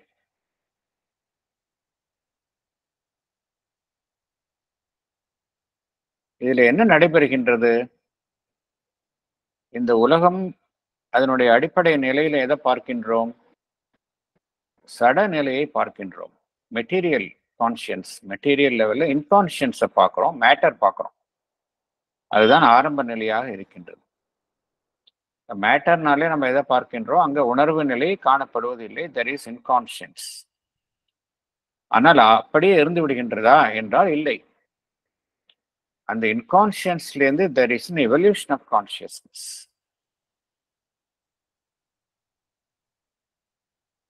இது பகவான் கூறிய ஒரு அற்புதமான உண்மை. இந்த உலகத்தில் என்ன நடைபெறுகின்றது என்றால் there is an evolution of consciousness. பரிணாம வளர்ச்சியினுடைய வெளிப்பாடு தொடர்ந்து நடைபெற்று கொண்டே இருக்கின்றது. சரி, இந்த பரிணாம வளர்ச்சி என்பது டார்வினின் தியரி சயின்டிபிக்கா சொன்ன மாதிரி வெறும் ஒரு மெட்டீரியல் பினாமினன் தானா? வெறும் வாழ்வு நிலை சார்ந்த ஒரு அமைப்பு தானா அப்படின்னா கிடையாது. டார்வினின் தியரியில் என்ன பார்த்தோம் அப்படின்னா, எவல்யூஷன் ஆஃப் ஃபார்ம்ஸ் என்பது ஒவ்வொரு வாழ்வு நிலை அமைப்பும் மற்றொன்றை அழித்து தான் முன்னேறுகின்றது. அங்கு சர்வைவல் ஆஃப் த ஃபிட்டஸ்ட் என்று கூறுகின்றோம். வெறும் அது மாத்திரம் தானா என்றால் இல்லை. இங்க என்ன நடைபெறுகின்றது? there is an evolution of consciousness. வெறும் evolution of life forms மாத்திரம் அல்ல, there is an evolution of consciousness. இந்த ப்ராசஸ் இந்த உலகத்தில் நடந்து கொண்டே இருக்கின்றது. இதெல்லாம் எந்த அடிப்படையில் நடைபெறுகின்றது? வெறும் ஒரு அறிவற்ற நிலையில இயந்திர கதியாக நடைபெறுகின்றதா என்றால் இல்லை. இதற்கெல்லாம் அடிப்படையில வந்து ஒரு ஆன்மீக அடித்தளம் இருக்கின்றது. There is a spiritual foundation. அதன் அடிப்படையில் தான் எல்லாமே இந்த உலகத்தில் நடந்து கொண்டே இருக்கின்றது. ஸோ என்ன புரிந்து கொள்கின்றோம்? இந்த உலகத்தில் நடைபெறக்கூடிய அந்த வெளிப்பாடுகளுக்கு அடித்தளமாக இருப்பது ஒரு ஸ்பிரிச்சுவல் ஃபவுண்டேஷன், ஒரு ஆன்மீக அடித்தளம் தான் அனைத்திற்கும் இந்த பரிணாம வளர்ச்சிக்கு அடித்தளமாக இருக்கின்றது என்று பகவான் கூறுகின்றார். அது மாத்திரம் அல்ல, நம்ம இருக்கக்கூடிய நிலையில வந்து பார்த்தோம் அப்படின்னா உணர்வு நிலையினுடைய முழுமையான நிலையில நாம் அனைவருமே கிடையாது. முழுமையான நிலை என்பது இந்த சுப்ராமெண்டல் கான்சியஸ்னஸ் தான் வந்து ஃபுல் நாலேஜ். நாம் இருக்கக்கூடிய நிலை எப்படி இருக்கின்றது? It's a partial consciousness. அறியாமையில் தான் நம்ம அனைவருமே இருக்கின்றோம். முழுமையான ஞானம் பெற்றவர்களாக நாம் இல்லை. we are all living in the partial consciousness or ignorance. ஆனால் அவ்வாறே நாம் இருந்து விடுவது இல்லை. நம்ம பார்த்தோம், இந்த இயக்கம் வந்து தொடர்ந்து நடைபெறுகின்றது. ஒரு ஆன்மீக அடித்தளம் அனைத்திற்கும் காரணமாக இருக்கின்றது என்பதை பார்த்தோம். ஸோ என்ன பகவான் கோருகின்றார்? there is a persistent aspiration அப்படிங்கிறார். நமக்குள்ள ஒவ்வொரு அமைப்புகள், இந்த உலகத்தில் இருக்கக்கூடிய ஒவ்வொரு அமைப்புகளுக்குள்ளேயும் வந்து தொடர்ந்து தீவிரமான ஒரு அந்த ஆர்வம் ஒவ்வொன்றினுக்குள்ளும் இருக்கின்றது அப்படிங்கிறார். இந்த ஆர்வம் எதை நோக்கி அழைத்து செல்கின்றது என்றால், பகுதியான உணர்வு நிலையிலிருந்து முழுமையான உணர்வு நிலையையும் உண்மையையும் எட்டக்கூடிய நிலைக்கு ஒவ்வொரு அமைப்பையும் அழைத்து சென்ற வண்ணம் இது செயல்பட்டு கொண்டிருக்கின்றது. பார்ஷியல் நாலேஜிலிருந்து இந்த இன்டெக்ரல் நாலேஜ் அதற்கு அழைத்து சென்று கொண்டே இருக்கின்றது. ஸோ இதுதான் ஃபேக்ட் அபவுட் த வேர்ல்ட். இந்த அடிப்படையில பார்த்தோம் அப்படின்னா, இந்த வெளியில் காணப்படும் இந்த உலகம் என்பது எந்த அளவுக்கு உண்மையோ, பகவான் என்ன கூறுகின்றார்? இதை வந்து பிகமிங் என்று கூறுகின்றார். எந்த அளவிற்கு உண்மையோ, அல்லது இதற்கெல்லாம் காரணமாக இருக்கக்கூடிய அந்த ஆன்மன், அந்த செல்ஃப் பீயிங் எந்த அளவிற்கு உண்மையோ அந்த அளவிற்கு இந்த வெளிப்பட்டு இருக்கும் உலகம் என்பது உண்மை. வெறும் அந்த நிலையாக மாற்றமே அடையாத இருக்கக்கூடிய அந்த செல்ஃப், அது மாத்திரம்தான் உண்மை. இந்த உலகம் என்பது பொய் என்று நாம் கூற முடியாது. அதைத்தான் பகவான் கூறுகின்றார். வெறும் நிலையாக மாற்றமே அடையாத அந்த இம்யூட்டபிள், ஸ்டேபிள், இன்ஃபினிட் அந்த அமைப்பு மாத்திரம்தான் உண்மை. அதனுடைய வெளிப்பட்டு இருக்கும் அந்த அமைப்பு என்பது பொய் என்று நாம் கூற முடியாது. என்ன காரணம் என்றால், நம்ம ஏற்கனவே பார்த்தோம், இந்த வெளிப்பட்டு இருக்கும் அமைப்பு என்பது ஏதோ ஒரு உண்மையை நோக்கி பயணித்த வண்ணம் இருக்கின்றது. அதற்கு அடிப்படையில் ஒரு ஸ்பிரிச்சுவல் ஃபவுண்டேஷன் இருக்கின்றது என்பதை பார்த்தோம். ஆகையினால பகவான் என்ன கூறுகின்றார்? இந்த இரண்டு பகுதிகள் இருக்கின்றன, டூ சைட்ஸ் ஆஃப் எக்ஸிஸ்டன்ஸ். ஒன்று இந்த உலகம் சார்ந்த அமைப்பு, மற்றொன்று அதற்கு பின்னால் இருக்கக்கூடிய அந்த செல்ஃப், அந்த ஸ்டேபிள் செல்ஃப். இது ரெண்டுமே வந்து உண்மைதான். இரண்டும் முரணாக இருக்கும். நமக்கு ஏன் இதை நம்மால வந்து இந்த ரெக்கன்சில் பண்ணிக்க முடியல? இந்த உலகத்தையும் இந்த சச்சிதானந்தத்தையும் நம்மால வந்து பொருத்தி பார்க்க முடிவதில்லை, ஒத்திசைவுடன் இணைத்து பார்க்க முடிவதில்லை என்றால், நமக்கு இருக்கக்கூடியது பார்ஷியல் நாலேஜ். அதனால்தான் நம்மால வந்து இது ரெண்டையும் வந்து ரெக்கன்சில் பண்ணிக்க முடியல. மேனிஃபெஸ்டட் வேர்ல்டையும் அந்த சச்சிதானந்தத்தையும் நம்மால வந்து ரெக்கன்சில் பண்ணிக்க முடியல. உலகத்தில் நடக்கக்கூடிய அனைத்து விஷயங்களையும் நாம் சச்சிதானந்தத்திற்கு புறம்பான விஷயங்களாக நாம் காண்கின்றோம். இதுல குறை நம்மிடம்தான் இருக்கின்றது, நம்முடைய பார்ஷியல் நாலேஜ். இதுதான் பகவானுடைய ஒரு அற்புதமான கருத்து. நீங்க பார்க்கிற பார்வையில தான் ப்ராப்ளம் இருக்கே ஒழிய உலகத்துல வந்து எந்த ப்ராப்ளமும் கிடையாது. It is as much a divine அப்படிங்கிறார் பகவான். நமக்கு பார்ஷியல் நாலேஜ் இருக்கு, இன்டெக்ரல் நாலேஜ் இல்லை. அதனாலதான் வந்து நம்ம அவ்வாறு பார்க்கின்றோம். ஆனால் இந்த பரிணாம வளர்ச்சியினுடைய இலக்கு என்னவென்றால், இந்த பார்ஷியல் நாலேஜிலிருந்து இன்டெக்ரல் நாலேஜுக்கு ஒரு மனிதனை அழைத்து செல்வது. அதுதான் வந்து it is a aim of the conscious evolution என்று பகவான் குறிப்பிடுகின்றார். ஆகையினால உணர்வு நிலை வந்து அனைத்தும் தழுவிய உணர்வு நிலையாக இருக்க வேண்டும் ஒழிய ஒன்றை மாத்திரம் ஏற்றுக்கொண்டு மற்றொன்றை விளக்கும் உணர்வு நிலையாக இருக்க முடியாது என்று பகவான் குறிப்பிடுகின்றார். இதுதான் வந்து பகவான் வந்து அதனால இந்த ஸ்பிளிட் வந்து மனம் சார்ந்த மனதினுடைய குறைபாட்டினால்தான் ஏற்படுகின்றதை ஒழிய உண்மையிலேயே ஸ்பிளிட் கிடையாது என்று பகவான் குறிப்பிடுகின்றார். அடுத்து பேராகிராஃப் 15க்கு போலாம். Paragraph 15. A surface existence is only a surface, and it is there that there is the full reign of the ignorance. To know, we have to go within ourselves and see with an inner knowledge. All that is formulated on the surface is a small and diminished representation of our secret greater existence. The immobile self in us is found only when the outer mental and vital activities are quieted.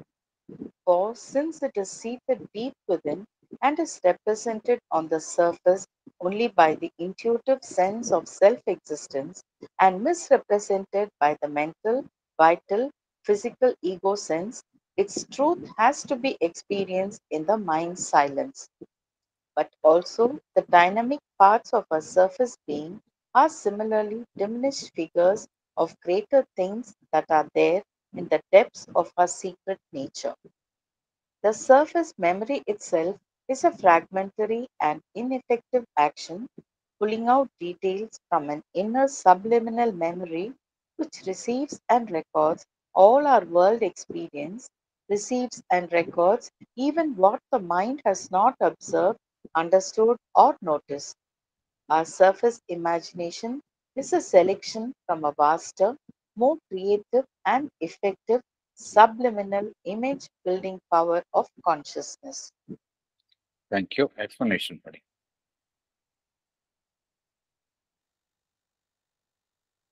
படிக்கட்டுமா sir? Yes, madam. Okay, நீங்க படிங்கம்மா, நீங்க படிங்க. சரிங்க madam.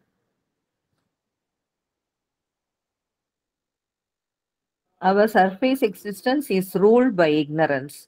To know, we have to go within ourselves and see with an inner knowledge. Our surface knowledge is the diminished representation of our secret greater existence. When we quiet our outer mental and vital activities, we can find our immobile self within. Our immobile self is seated deep within and is represented on the surface only by the intuitive sense of self-existence. It is misrepresented by the mental, vital, physical ego sense. Its truth has to be experienced in the mind's silence. Similarly, the dynamic parts of our surface being, are diminished figures of greater things that are there in the depths of our secret nature. We have an inner subliminal memory which receives and records all our world existence, receives and records even when the mind has not observed, understood, or noticed. Our surface memory itself is a fragmentary and ineffective action, pulling out details from our inner subliminal memory. Similarly, our surface imagination is a selection from a vaster, more creative and effective subliminal image building power of consciousness. Thank you, sir. Thank you. ஒரு சின்ன ஒரு correction. We have an inner subliminal memory which receives and records all our world existence, receives and records even what the mind, when னு தப்பா type ஆயிருக்கு. Okay, okay. What the mind It's has what not the mind- observed. அதுதான் அப்படிதான் புரிஞ்சுக்கணும். Oh, okay, sir. இல்ல பகவான் வந்து இந்த தேங்க்யூ மேடம், தேங்க்யூ. இதுல வந்து கம்ப்ளீட்டா வந்து இது வரைக்கும் பார்த்தோம், இது வரைக்கும் நிறைய விஷயங்களை பார்த்தோம். இந்த சாப்டர்ல வந்து இந்த சாப்டர் மாத்திரம் இல்ல, ப்ரீவியஸ் சாப்டர்லயும் மெமரி குறித்து ரொம்ப எக்ஸ்டென்சிவா பகவான் வந்து விளக்குனார். மெமரி, அப்புறம் இமேஜினேஷன், அப்புறம் ஈகோ சென்ஸ், இதெல்லாம் வந்து பகவான் ரொம்ப டீடைல்டா விளக்குனார். உண்மையிலேயே வந்து இந்த நம்மளுடைய சர்ஃபேஸ் கான்சியஸ்னஸ்ல இருக்கக்கூடிய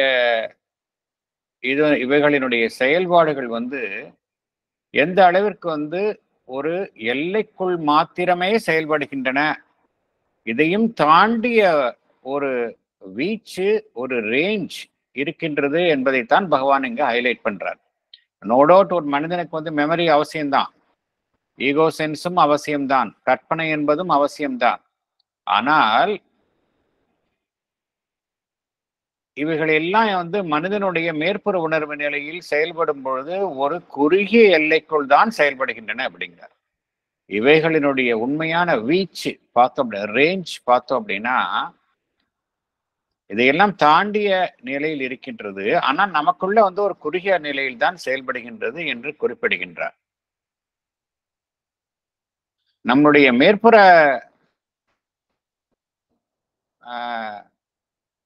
அமைப்பு எந்த அடிப்படையில் நம்மளுடைய ஒரு மனிதனுடைய சர்ஃபேஸ் கான்சியஸ்னஸ் மேற்புற உணர்வு நிலையில பார்த்தோம் அப்படின்னா அதுல எது வந்து மேலோங்கி காணப்படுகின்றது என்றால் அறியாமை தான் மேலோங்கி காணப்படுகின்றது.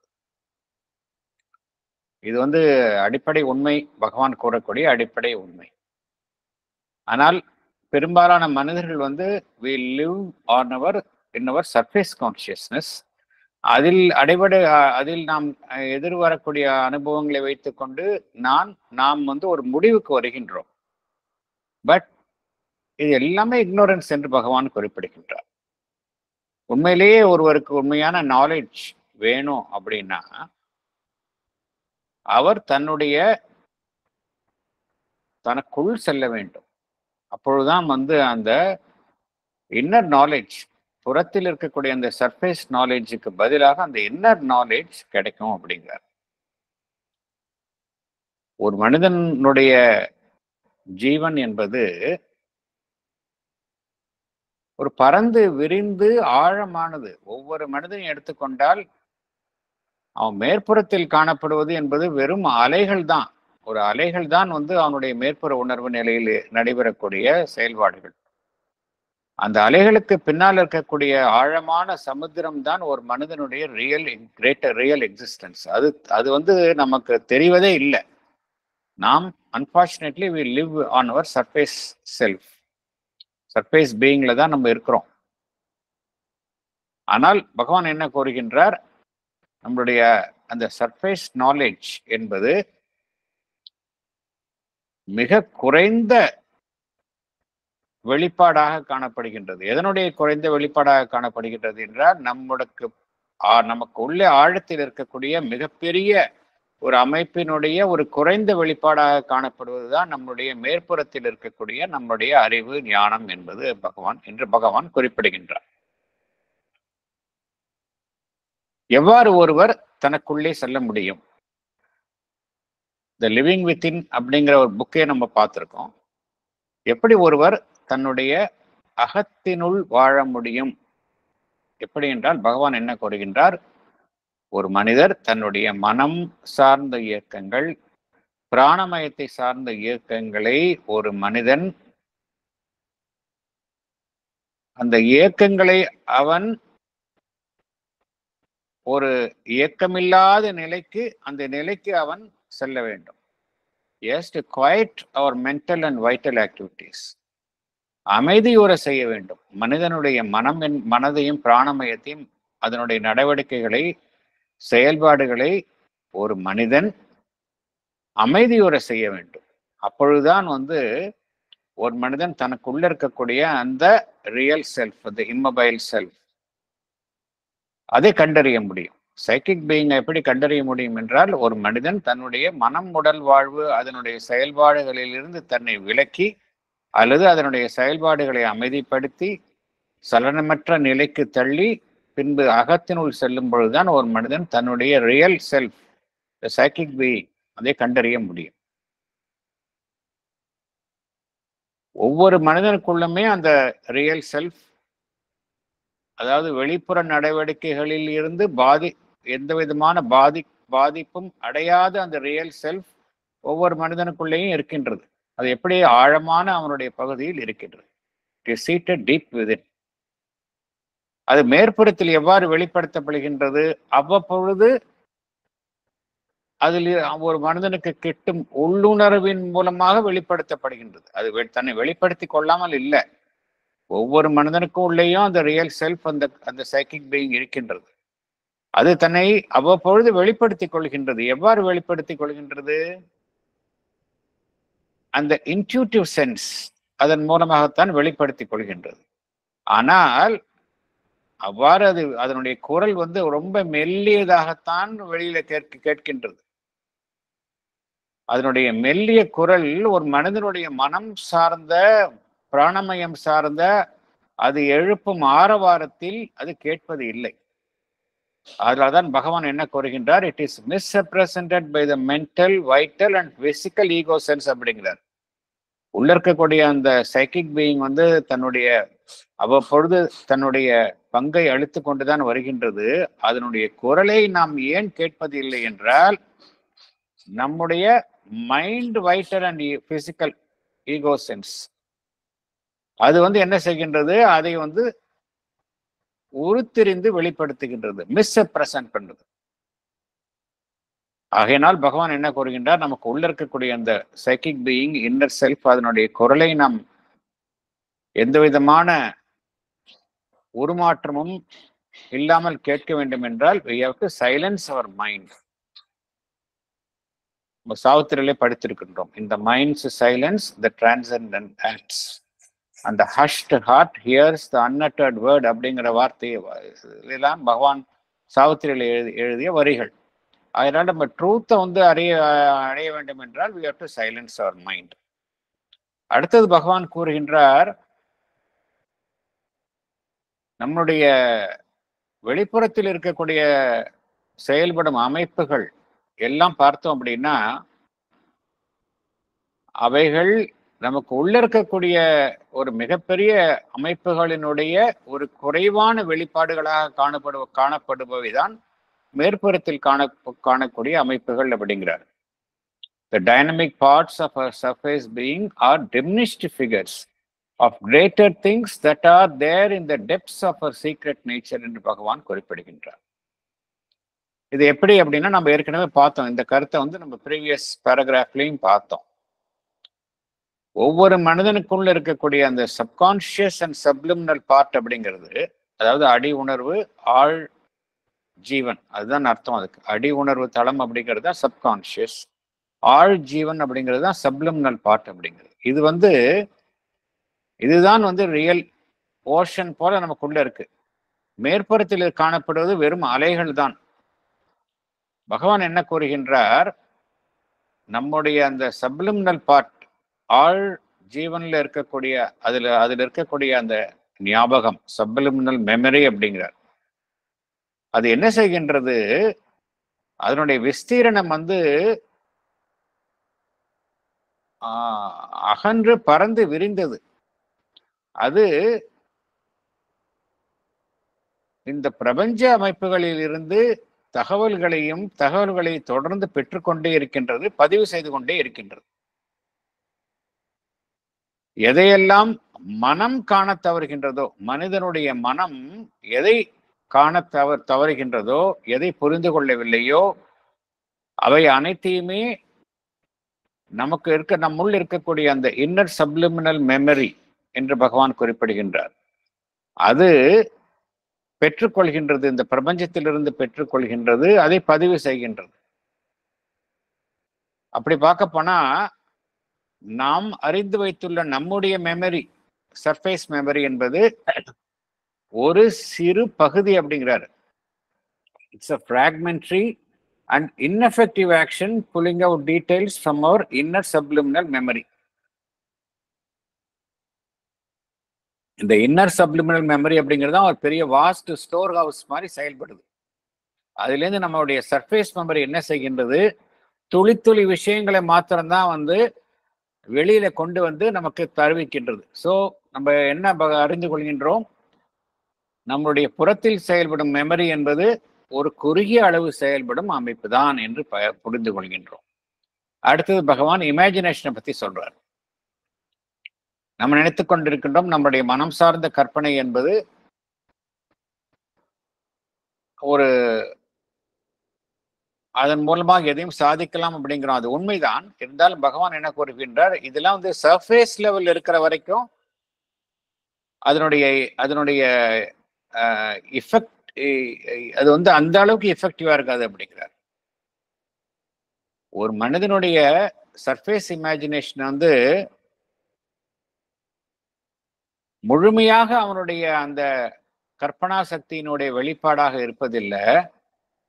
உண்மையிலேயே ஒரு மனிதனுடைய கற்பனா சக்தி என்பது எங்கு காணப்படுகின்றது என்றால் அதுவும் அவனுடைய ஆழ்ஜீவனில் தான் காணப்படுகின்றது அப்படிங்கிறார். Our surface imagination is a selection அப்படிங்கிறார். is from a vaster, more creative and effective subliminal image building power of our consciousness. நம்மளுடைய ஆழ்நிலை உணர்வு நிலையில் இருக்கக்கூடிய அந்த அந்த கற்பனா சக்தியினுடைய சக்தி அபார திறன் வாய்ந்தது அப்படிங்கிறார். நம்முடைய சர்ஃபேஸ் கான்சியஸ்னஸ்ல இருக்கக்கூடிய கற்பனா சக்தி வந்து ஒரு சிறு துளி அளவு தான் செயல்படுகின்றது. ஆனால் ஆழ்நிலையில் இருக்கக்கூடிய அந்த கற்பனா சக்தி வந்து மிகவும் சக்தி வாய்ந்த ஒரு கட்டுமானங்களை உருவாக்கக்கூடிய சக்தி வல்லமை பொருந்தியதாக செயல்படுகின்றது அப்படிங்கிறார். ஆகையினால் பகவான் என்ன கூறுகின்றார், நம்முடைய சர்ஃபேஸ் மெமரி ஆகட்டும், சர்ஃபேஸ் இமேஜினேஷன் ஆகட்டும், நம்மளுடைய சர்ஃபேஸ்ல செயல்படக்கூடிய அனைத்து விஷயங்களும் ஆகட்டும், அதற்கு பின்னால் இருக்கக்கூடிய ஒரு மிகப்பெரிய அமைப்பினுடைய ஒரு குறைந்த வெளிப்பாடுகள் தான் அப்படிங்கிறார். ஆகையினால நம்ம வெறும் சர்ஃபேஸ் கான்சியஸ்னஸ்ல மேற்புற அமைப்பில் மாத்திரம் இல்லாமல் நமக்கு உள்ளேயே சென்று நமக்கு உள் சென்று நாம் அந்த அகநிலையில் இருந்து செயல்படும் பொழுது நமக்கு இத்துடன் இவைகளுடன் தொடர்பு நமக்கு கிடைக்கின்றது. நம்மளுடைய எல்லை வந்து விஸ்தீரணமாகின்றது. அதைத்தான் பகவான் இங்கு குறிப்பிடுகின்றார். அடுத்தது போகலாம். A mind with immeasurably wider and more subtle perceptions, a life energy with a greater dynamism, a subtle physical substance with a larger and finer receptivity are building out of themselves our surface evolution. A psychic entity is there behind these occult activities, which is the true support of our individualization.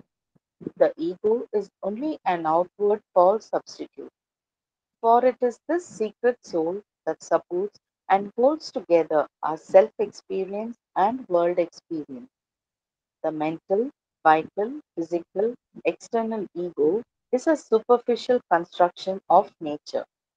It is only when we have seen both ourselves and our nature as a whole, in the depths as well as on the surface, that we can acquire a true basis of knowledge.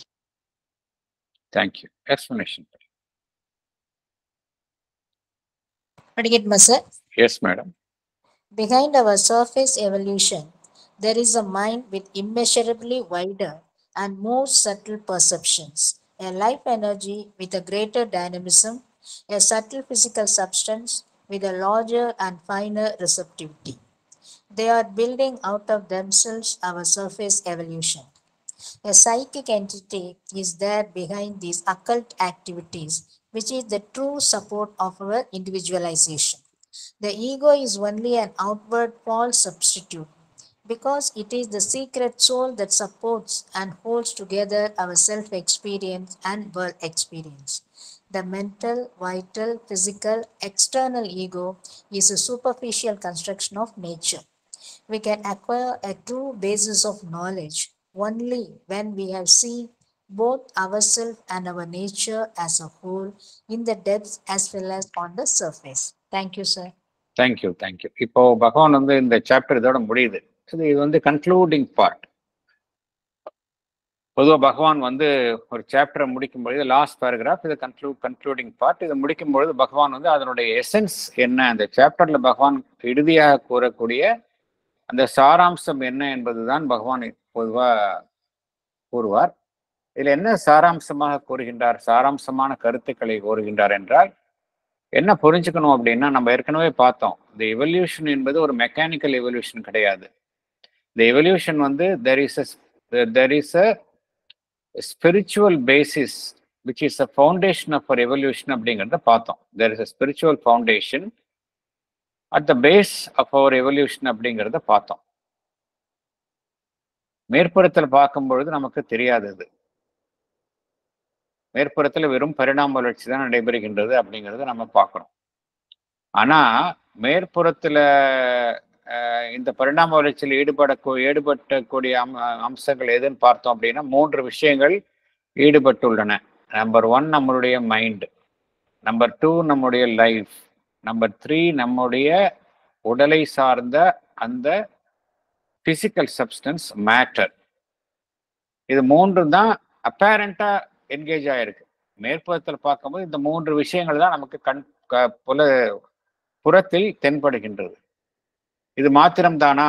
நாம் காணக்கூடிய இந்த புறத்தில் காணக்கூடிய இந்த 3 விஷயங்கள் தானா என்றால் இல்லை. பகவான் என்ன கூறுகின்றார், இதற்கு பின்னால இதெல்லாம் கிராஸ், நம்ம பார்க்கக்கூடிய விஷயங்கள் எல்லாமே ஸ்தூல நிலையில் இருக்கக்கூடிய அமைப்புகள். Physical mind, physical life, physical matter.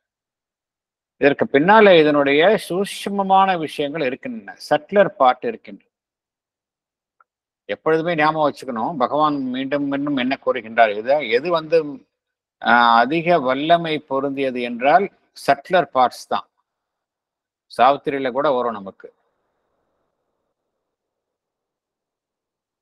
the subtle weighs more and the gross weighs less என்று பகவான் சாவித்திரியில குறிப்பிடுவார். எப்பொழுதுமே gross weighs less, subtle weighs more, அதுதான் உண்மை. ஆனா நம்ம மைண்ட்ல பார்க்கும்பொழுது ஸ்தூல வடியில இருக்க விஷயங்களுக்கு தான் நம்ம வல்லமை அதிகம் என்று நாம் நினைக்கின்றோம். But it is not true. எது சட்டிலா இருக்கோ அதுக்கு தான் அதுக்கு வல்லமை அதிகம். பகவான் என்ன கூறுகின்றார், இந்த உலகத்துல no doubt mind, life and matter எவல்யூஷன்ல பங்கேற்கின்றது. ஆனா இது அத்துடன் இல்லை. இதனுடைய ஒவ்வொரு அமைப்பிற்கும் பின்னால இதனுடைய சூட்சும அமைப்புகள் இருக்கின்றன அப்படிங்கிறார். மைண்டுக்கு பின்னாடி பகவான் என்ன கூறுகின்றார், மனம் என்பது குறுகிய நிலையில் செயல்படுகின்றது. அதற்கு பின்னால அளவிட முடியாத அகண்டு விசாலமான ஒரு சட்டில் பர்செப்ஷன் இருக்கு அப்படிங்கிறார். அதே போல் நம்முடைய லைஃப் எனர்ஜிக்கு பின்னால ஒரு பெரிய ஒரு அதிசக்தி வாய்ந்த ஒரு அமைப்பு செயல்படுகின்றது அப்படிங்கிறார். a greater dynamism அப்படிங்கிறார். அதே போல நம்முடைய ஸ்தூல அமைப்புகள், பிசிக்கல் சப்ஸ்டன்ஸ், அதற்கு பின்னாலே ஒரு சூட்சுமமான ஒரு சட்டில் பிசிக்கல் சப்ஸ்டன்ஸ், அது லார்ஜர் அண்ட் ஃபைனர் ரிசெப்டிவிட்டி அப்படிங்கிறாரு.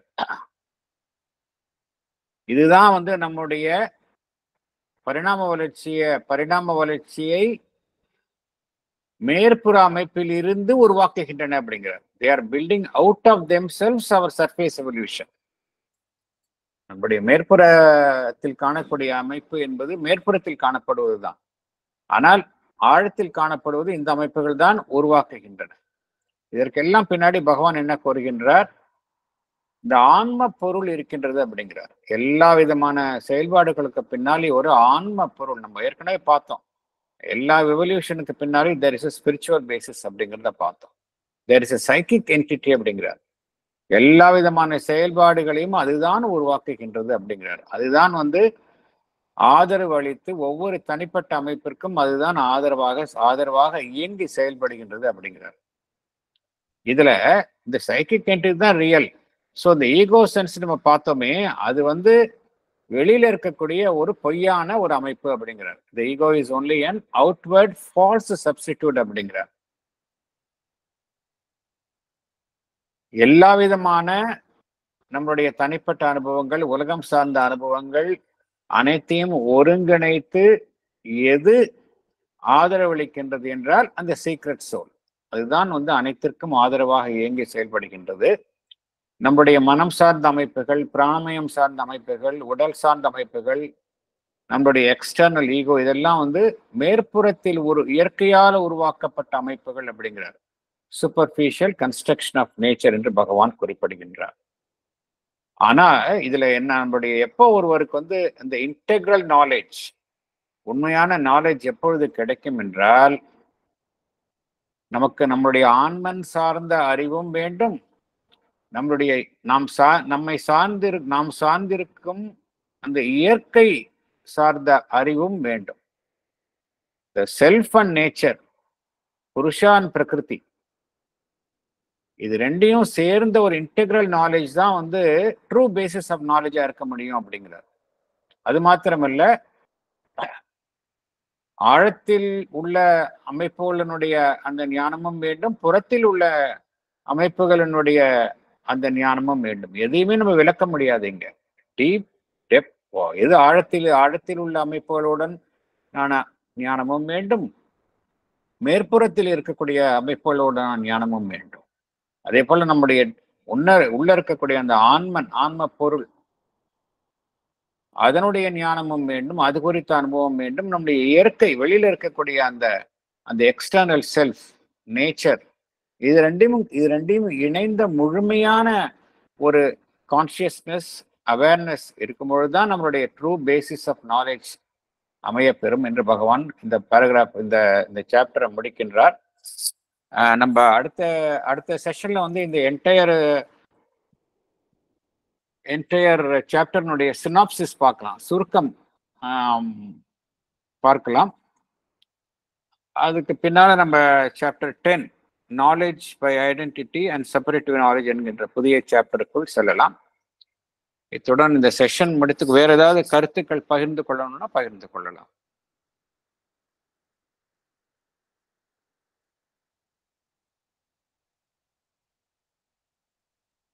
வேறு ஏதேனும் கருத்துக்கள், விளக்கங்கள் பகிர்ந்து கொள்ளணும்னா பகிர்ந்து கொள்ளலாம்.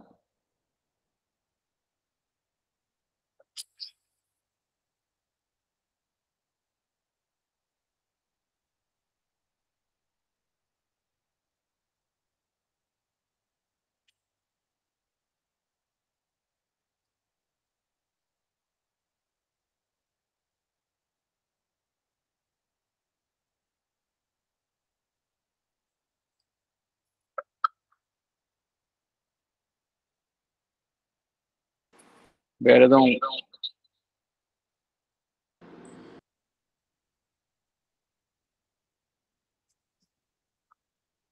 Yes madam.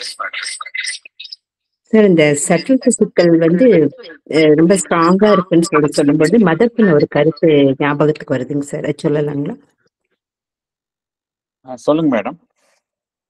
அதாவது நம்ம நோய்வாய்ப்படுறதுக்கு காரணமே நம்ம சுற்றியுள்ள அந்த ஒரு சூக்ஷ்ம தளத்தை வந்து நம்ம வலுப்படுத்தாததுனாலதான் நோய்க்குமே நம்ம ஆளாகிறோம் அப்படின்னு சொல்லியிருப்பாங்க சார் மதர். அதுக்கு உதாரணமா ஜப்பான்ல இருந்தப்போ அந்த கடுமையான காய்ச்சல் வந்தப்போ மதர் வந்து எத்தனையோ பேருக்கு அது பாதிப்பு வந்தா கூட மதர் வந்து அதனால பாதிக்கப்படாம அது தன்னைத்தானே காத்து கொண்ட அந்த விதத்தை வந்து சொல்லியிருப்பாங்க sir. Just I want to share it. Exactly, நீங்க சொல்றது கரெக்ட். அதாவது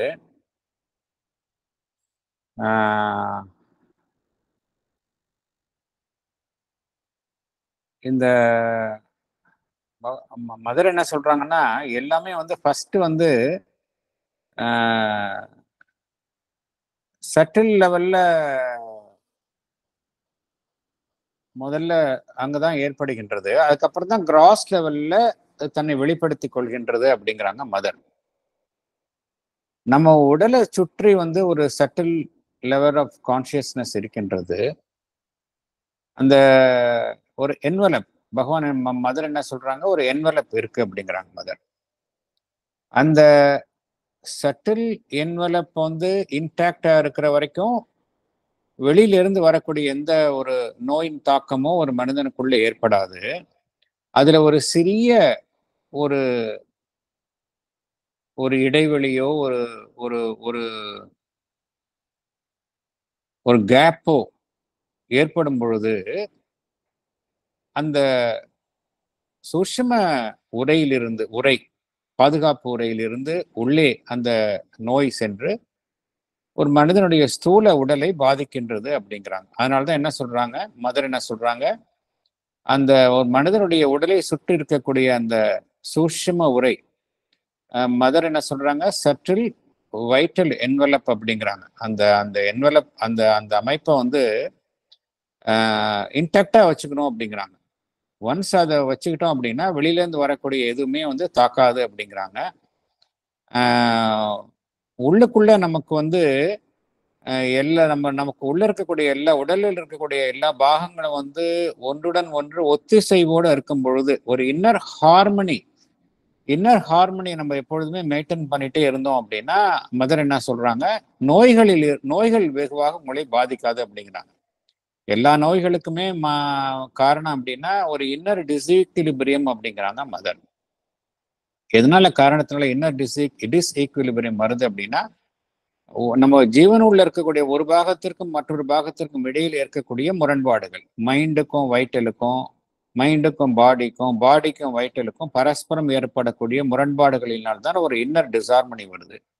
இந்த இன்னர் டிசார்மனி வந்தது அப்படின்னா வெளியில இருக்கக்கூடிய அந்த சட்டில் என்வலப் அதுல ஒரு டென்ட், ஒரு ஒரு ஒரு ஒரு பாதிப்பு ஏற்படுகின்றது. அதன் மூலமாக வெளியிலிருந்து நோய் தாக்குது அப்படிங்கிறாங்க.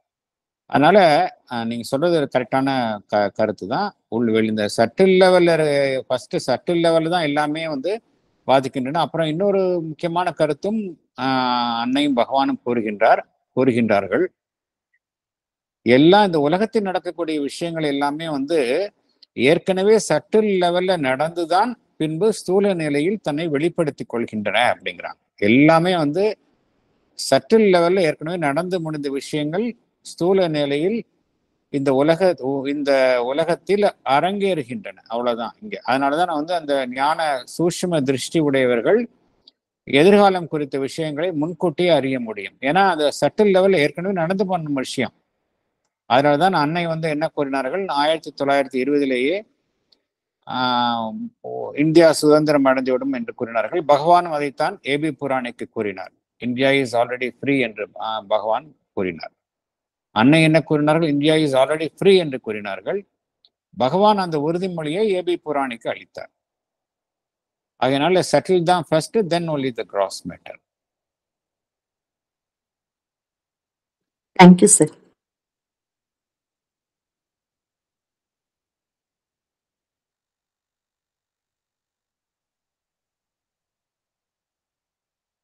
வேற எதுவும் கருத்துக்கள் இல்லை அப்படின்னு நம்ம செஷனை க்ளோஸ் பண்ணிக்கலாம்.